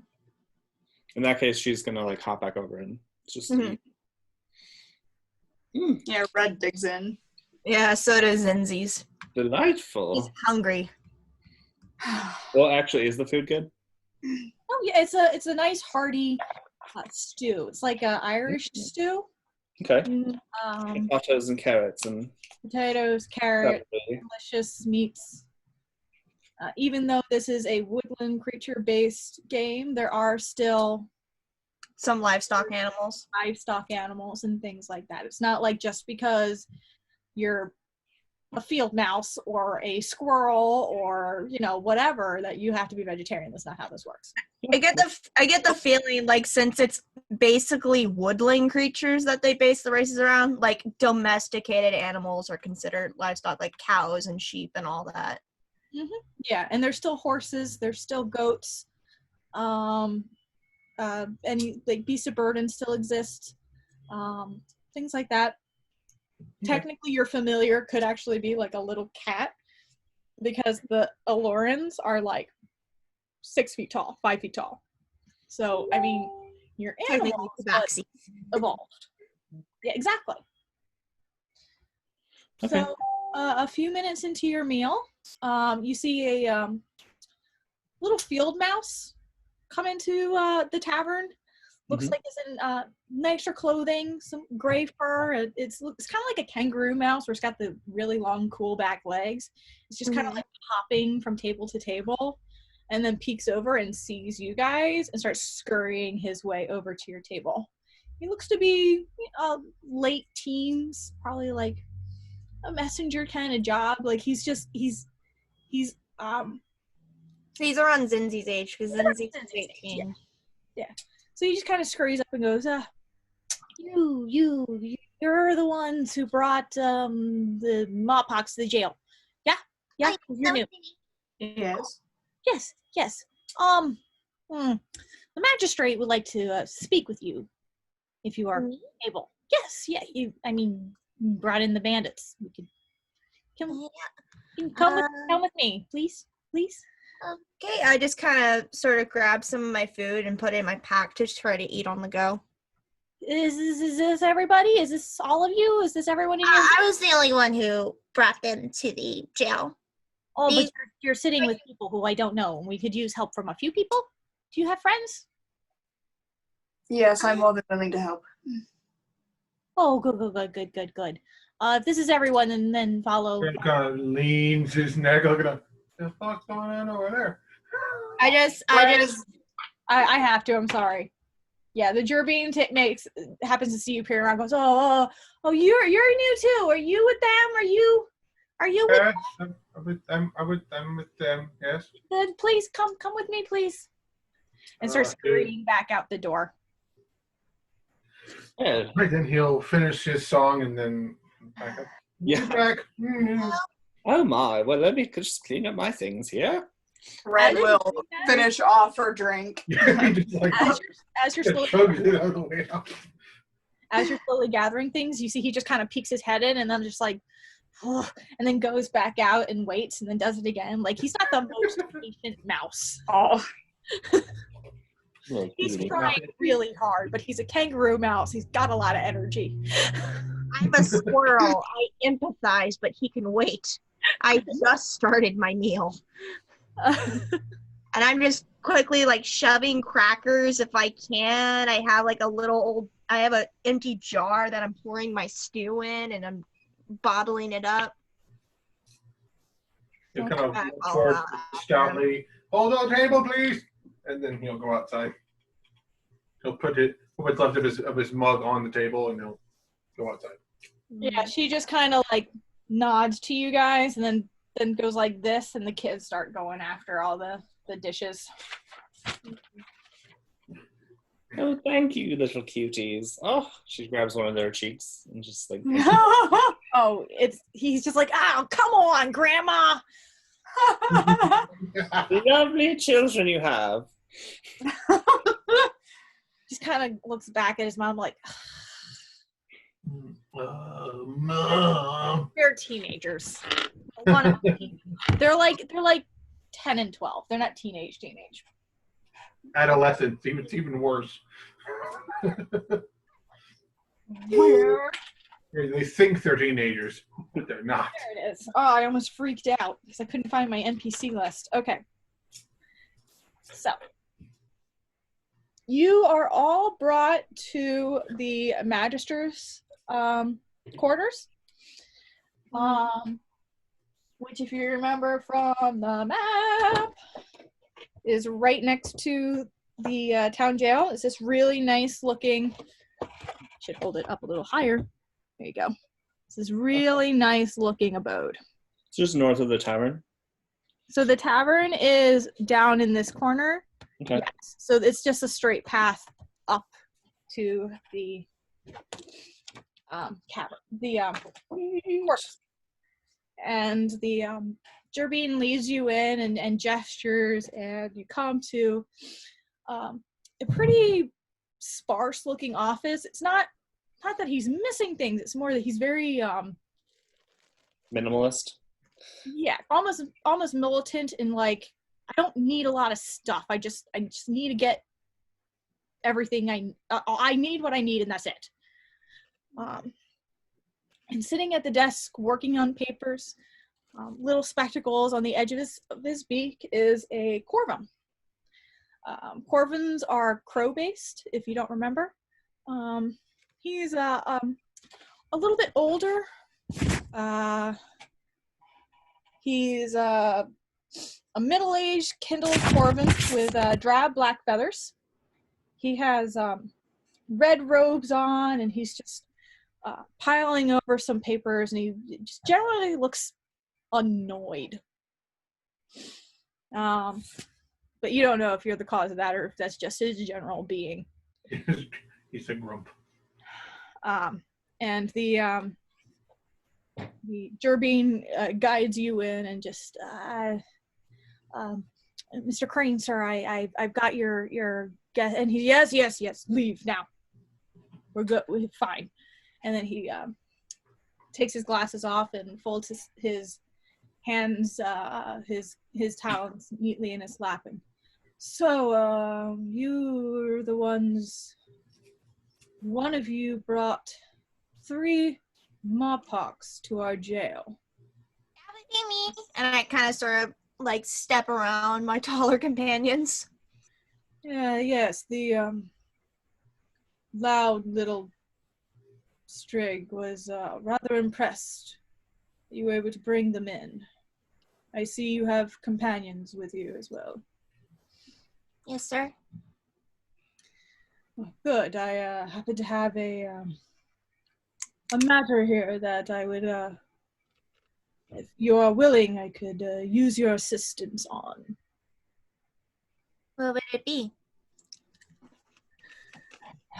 He kind of leans forward against his desk and sighs heavily and just. Recently, we had a researcher, a young Corvin, by the name of Kenna, went missing from our town. She's a headstrong little thing and's been looking into the slimes nearby. Last I heard, she was going into some caves that have been infested with the bloody things for her research. We haven't heard from her since. I hate to say it, but I am quite worried that she might have gotten herself into a situation she was not yet prepared for, and I was hoping that maybe you could help us at some point find this researcher and bring her back. And if you're able, I would, if you happen to cut down on the local slime issue, I would be, quite appreciative. I mean, obviously, Kenna's safety comes first, but if you could help with the slimes, I mean, that would be quite helpful. Well, we did just get into town, and we did have a bit of a rough day on the road. I look to my 3 companions to see what their opinions is on the matter. Well, this is a matter of urgency. Go ahead. Sorry. How attractive is the person talking? Would a middle-aged woman be attracted to him? Oh my lord. I mean, do you like crows? He's Probably not. No. As a hedge. He's, like I said, he's very He looks like the guy over her shoulder. He looks kind of, well, this is the standard Corvin, yes. Generally looks kind of irritated at anyone and everyone in his face. Okay, so what about can I just do a general perception of like the room and the space and the... Sure, go ahead. Can I just get the bearings? That would be a 17. Yeah, 17. Okay. It's a pretty plain office. Decorated with like dark reds and grays and pretty sparsely decorated. It's more. Was he eating, or does he have like a lot of parchment on his desk? He's got a lot of parchment on his desk. It looks like he's been busy just working on maintaining the town and okay. Tracking supplies and what they might need and making correspondence to local areas. Okay. So Gwen's gonna step forward and say, Gwendolyn Briarthorn, and she's gonna put her hand out, but she has to get close enough, so she's like waiting for him to take her hand.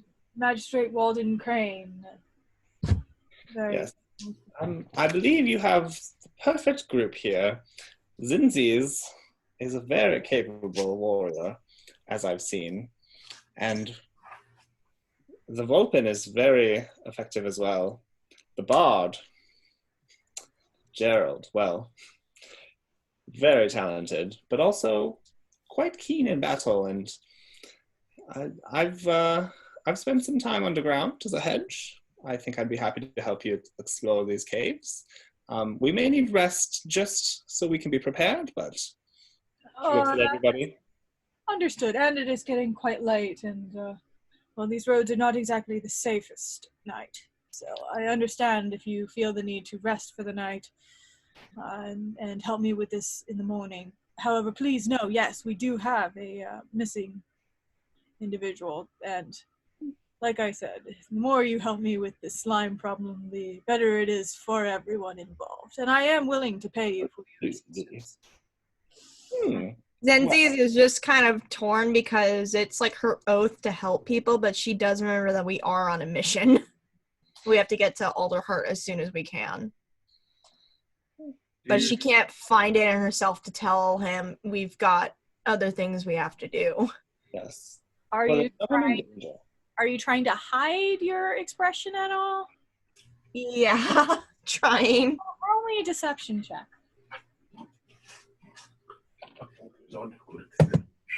Oh, that's a 10. Savage. Okay. He is slightly taken off balance by Gwendolyn's approach, but does look over and at you and what exactly is your hesitation, young Gerbine?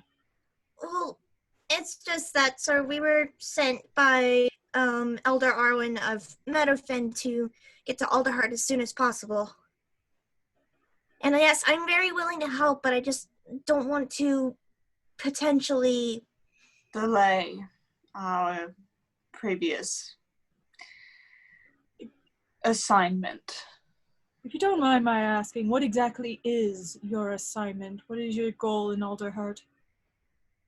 To inform them we are to go to the Avian Council and see if we can secure more aid for the town. The Grove is expanding and has claimed another town not far from here, as well as increased bandit activity, which has brought the 3 new visitors to your jail. We were barely out of town before we found them and harassing a trader who we've also helped get here. They need to be notified that the Grove is expanding and that the people in the town are in quite ready danger, as your town may also be in time.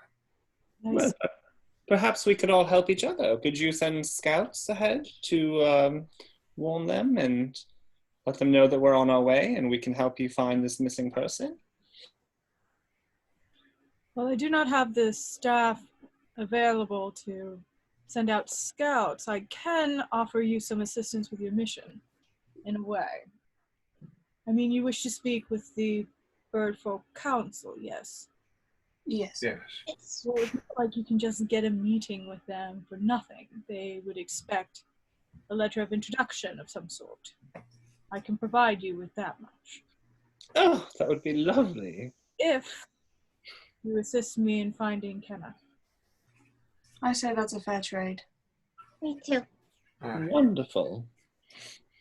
Well, I can also offer you some gold for clearing out these slimes for me. Shall we say 5 gold each of you?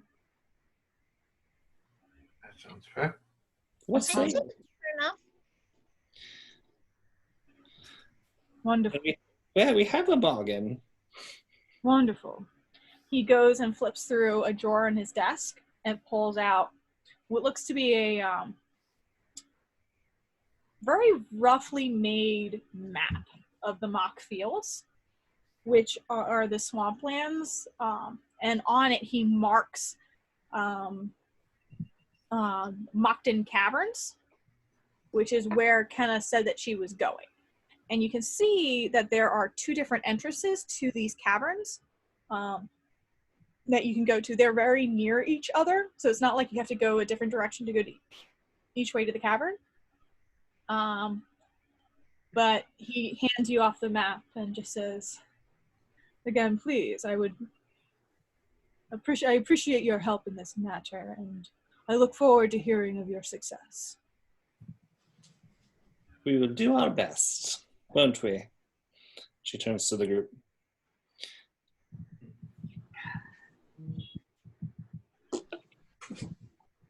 We will do our absolute very best.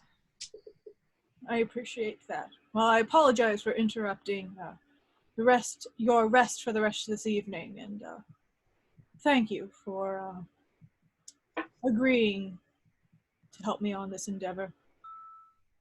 And he motions towards the door. I'll leave.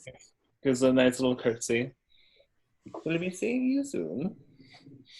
Just kind of raises an eye at you, very suspiciously. Tip his hat. She just smiles and then turns and walks out. Ladylike. So all of you head out? Yep. You head back to the tavern, or was there somewhere else you wanted to explore, or are you just going to go finish your meals and go to bed? Probably finish the food and go to sleep. Okay. Or at least for Red. I will also point out that you did tell Eliza that you would tell her in the morning when you were ready to leave, so maybe you should tell her that, Oh, yeah. She was going to meet us at the tavern, I believe. in time, yes. I didn't know if Yeah. you could tell her earlier or not. So you guys just go straight to the tavern? Yeah. Okay. That's right. Back to the tavern, finish your meals. While you're there, about an hour later, Eliza does come in, arrange rooming, and sees you guys, and just kind of waves over to you and comes to join you at the table with her own. Eliza, darling, how are you? Oh, much better. It feels so much better to get back to work after a day like today. So are we all set out for tomorrow? Well, a slight complication has come up. Just a tiny, teensy one. We have been asked by the local magistrate to help them find a missing person.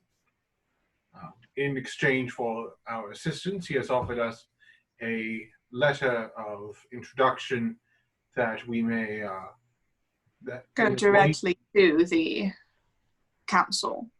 Yes, they likely won't just see us because I'm certainly not going to get in simply on my good looks. So you guys are out to see the bird council, huh? That's really important. Well, I mean, I understand. The missing person doesn't sound the best. So, yeah, I guess I mean, sure, I can wait if it's okay. Do you mind if I wait and we'll still travel when you're done? Yes, Yeah, darling, fine. absolutely. Don't mind at all. Okay. You can drum up some business while you're here. I just apologize for us having to take a detour.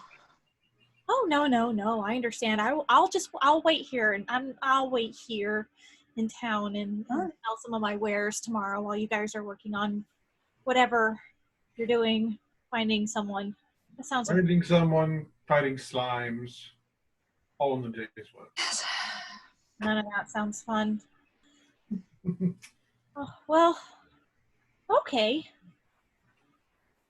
I guess we'll get going when we're done. When you're done, that's fine. I'm not really in any rush, and I seem to be working up enough business here so far. That's wonderful, darling. He'll take one of his gold coins and hand it to her. Rooms are remarkably cheap and come with food. So, Oh, yes, actually, I already ordered my room, but thank you. okay. Kind of flip it. It is thing.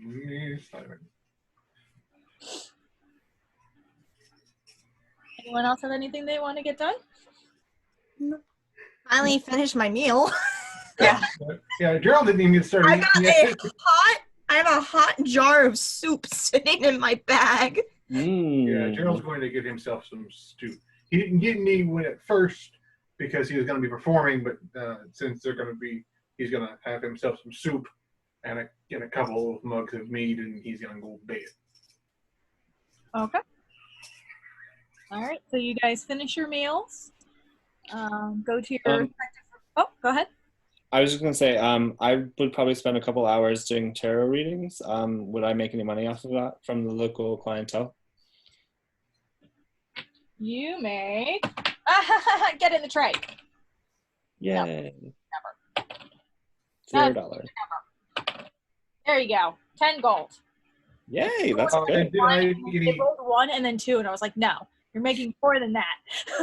Granted, I only got like 2 or 3 songs out, but did I get any tips while I was doing that? The stupid number.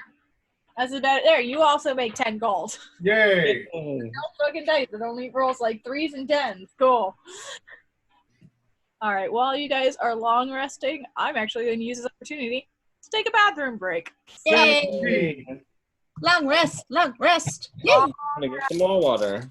One, and I'll be back in just a moment.